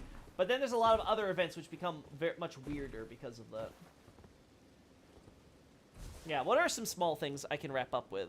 Potential timeline thing, the Dragon Bolt Grease and Enir Ilum. Maybe Ancient Dragon War resolution was before Mesmer burned Belorat. Ooh, okay. I'll have to look into that then, to look into the Grease and stuff. But, yeah, that could be possible. The problem is we don't see a lot involving the Ancient Dragon Cult. I'm trying to think if there's anything we see with the cult. Maybe not. So there's two things that come up to my mind then. If it has nothing to do with the Ancient Dragon Cult or the war, it could be recontextualizing the item to say, like, oh, Belorat with their tower and stuff, they were experimenting with gold and stuff in the Elden Ring, and they discovered lightning in the course of that, right? Like, they independently came up with that, and the lightning grease thing is part of their products of that. But But I have to look at, like, the items as a whole that you can find in that area to see if there's any other potential, like, anomalies that could tie into there. But yeah, that's a very good point to bring up, Night Scout. Another small thing, like I said earlier, the idea of the Misbegotten being enslaved by Mesmer and stuff. This does make sense because there were Misbegotten that seem to have already been part of the farm colonies, and we also see evidence of Mesmer having banished knights in his employ. I pointed this out last stream. We had the banished knight equipment, the banished knight weapons, which are among the other weapons stabbed into the corpses that are being impaled in Mesmer's camp in front of Castle Ensis, which suggests that, again, people aligned with Mesmer were banished knights and they were service. And then, as we can see here in Gaius' battlefield, you have all these dead banished knights here. So the idea that some of Stormveil's some of the Stormveil colonies' workforce may have been depleted in order to help with the purge. That could add to one of the reasons why it takes us so long to see Stormveil Castle get completed. Because you gotta keep in mind, chat, we have this where it's like, okay, the Stormveil colony. Again, obviously, very serious, terrible storms with the Stormhawk King happening here. Very dangerous work environment, yeah. But if we have the idea where a huge chunk of the workforce also got, like, sucked out of it midway through production in order to help with this purge thing, to supplement Mesmer's forces, because they just didn't have enough manpower, even with all the volunteers, right? Because, you know, it's this dishonorable work where families are, like, driving out their family members for choosing to join and all this stuff, right? Like, could be. I think Godric is coping because he sees himself in that dragon. Yeah, that seems to be the idea. Again, the Japanese for Godric's dialogue there, he's not talking about, like, the truest of dragons or thou art true-born heir. That's all localization fluff. What he's trying to say, is that, if I recall correctly, it was worded like, you know, was it, did he say mighty dragon or did he just say dragon? Either way, he basically talked about, like, this dragon and how, one who is, like, one who is a descendant like me, essentially, right? He uses the term for together, right? So this idea of, like, you know, both of us, you know, you and me, we're both descendants, right? And that's what he's doing. He sees himself as this lesser, weaker generation of some great lineage. That's how he views himself in relation to Godfrey. Similar to how when he talks about the forefathers, he doesn't actually say forefathers one and all. He just says, forefather, which is used in reference to Godfrey, if I recall, in another item and stuff. So when he talks about, like, you know, mighty, you know, great Godfrey, forefathers, one and all, right, all that, that's, again, seemingly, again, just a localization thing. So, yeah. Oh, she's gonna have a field day with Stormveil, yeah, for sure. Were the demigod stepchildren actually as powerful as they are now before Radagon married Marika, or did they get an upgrade? Or perhaps they were technically always demigods through the Rebus thing? Yeah, again, we have to keep in mind, the only reason they aren't classified as demigods from the moment they're born is because Radagon being Marika is not clarified. And we know, at least for the case of Radagon and Marika procreating to create Miquella and Malenia after their marriage, that definitely has some effect. So clearly, Radagon and, if Radon, Rykard, and Ranni presumably all have the same, like, holiness that the other demigods have, like, as a default, what was it, like, 20% holy resistance or whatever? I think at least, Radon has that. I'm not sure about Rykard or Ranni. But, if as bosses, at least, they have the same thing as the other demigods, I'd have to assume that's just the thing that they got when they were born to Radagon. It's the same thing. 40%, gotcha. I asked since Morgott was given grace, so I interpret that to be the golden holy power. Is that what he's called, the grace given or something? Because in the Japanese, he's just referred to as Grace King Morgott. I can't remember, is he called, like, the Grace Given King? Or the Grace Shrouded King or something? God, this Elden Ring has too big of a script, chat. I can't remember this stuff, Bloodborne and Dark Souls. My brain is turning into mush. He's called Grace Given. Okay, yeah, that's a localization thing.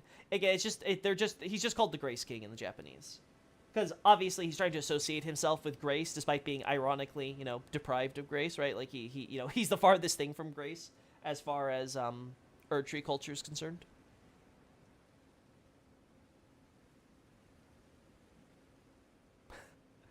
Yeah, I guess when we consider the egg thing with Rennala and stuff, but to be fair, Rennala is not in her right mind by that point, so I'm not sure if the state of her children is something that's she's paying attention to. Do you think Radagon ever made breakfast in bed for Rennala? Sure, why not? Let's go with that, Victor. Regarding Dragon Ball Grease as the Langdell cult symbol, that's inevitable, though, even if you're recontextualizing the item, right? So, like, if it's true that it's being recontextualized, then that has less meaning. But I agree with you. That would be a huge impediment. It's just the fact that it's obviously, the design has just been sort of made in a way where it's super strongly associated with that.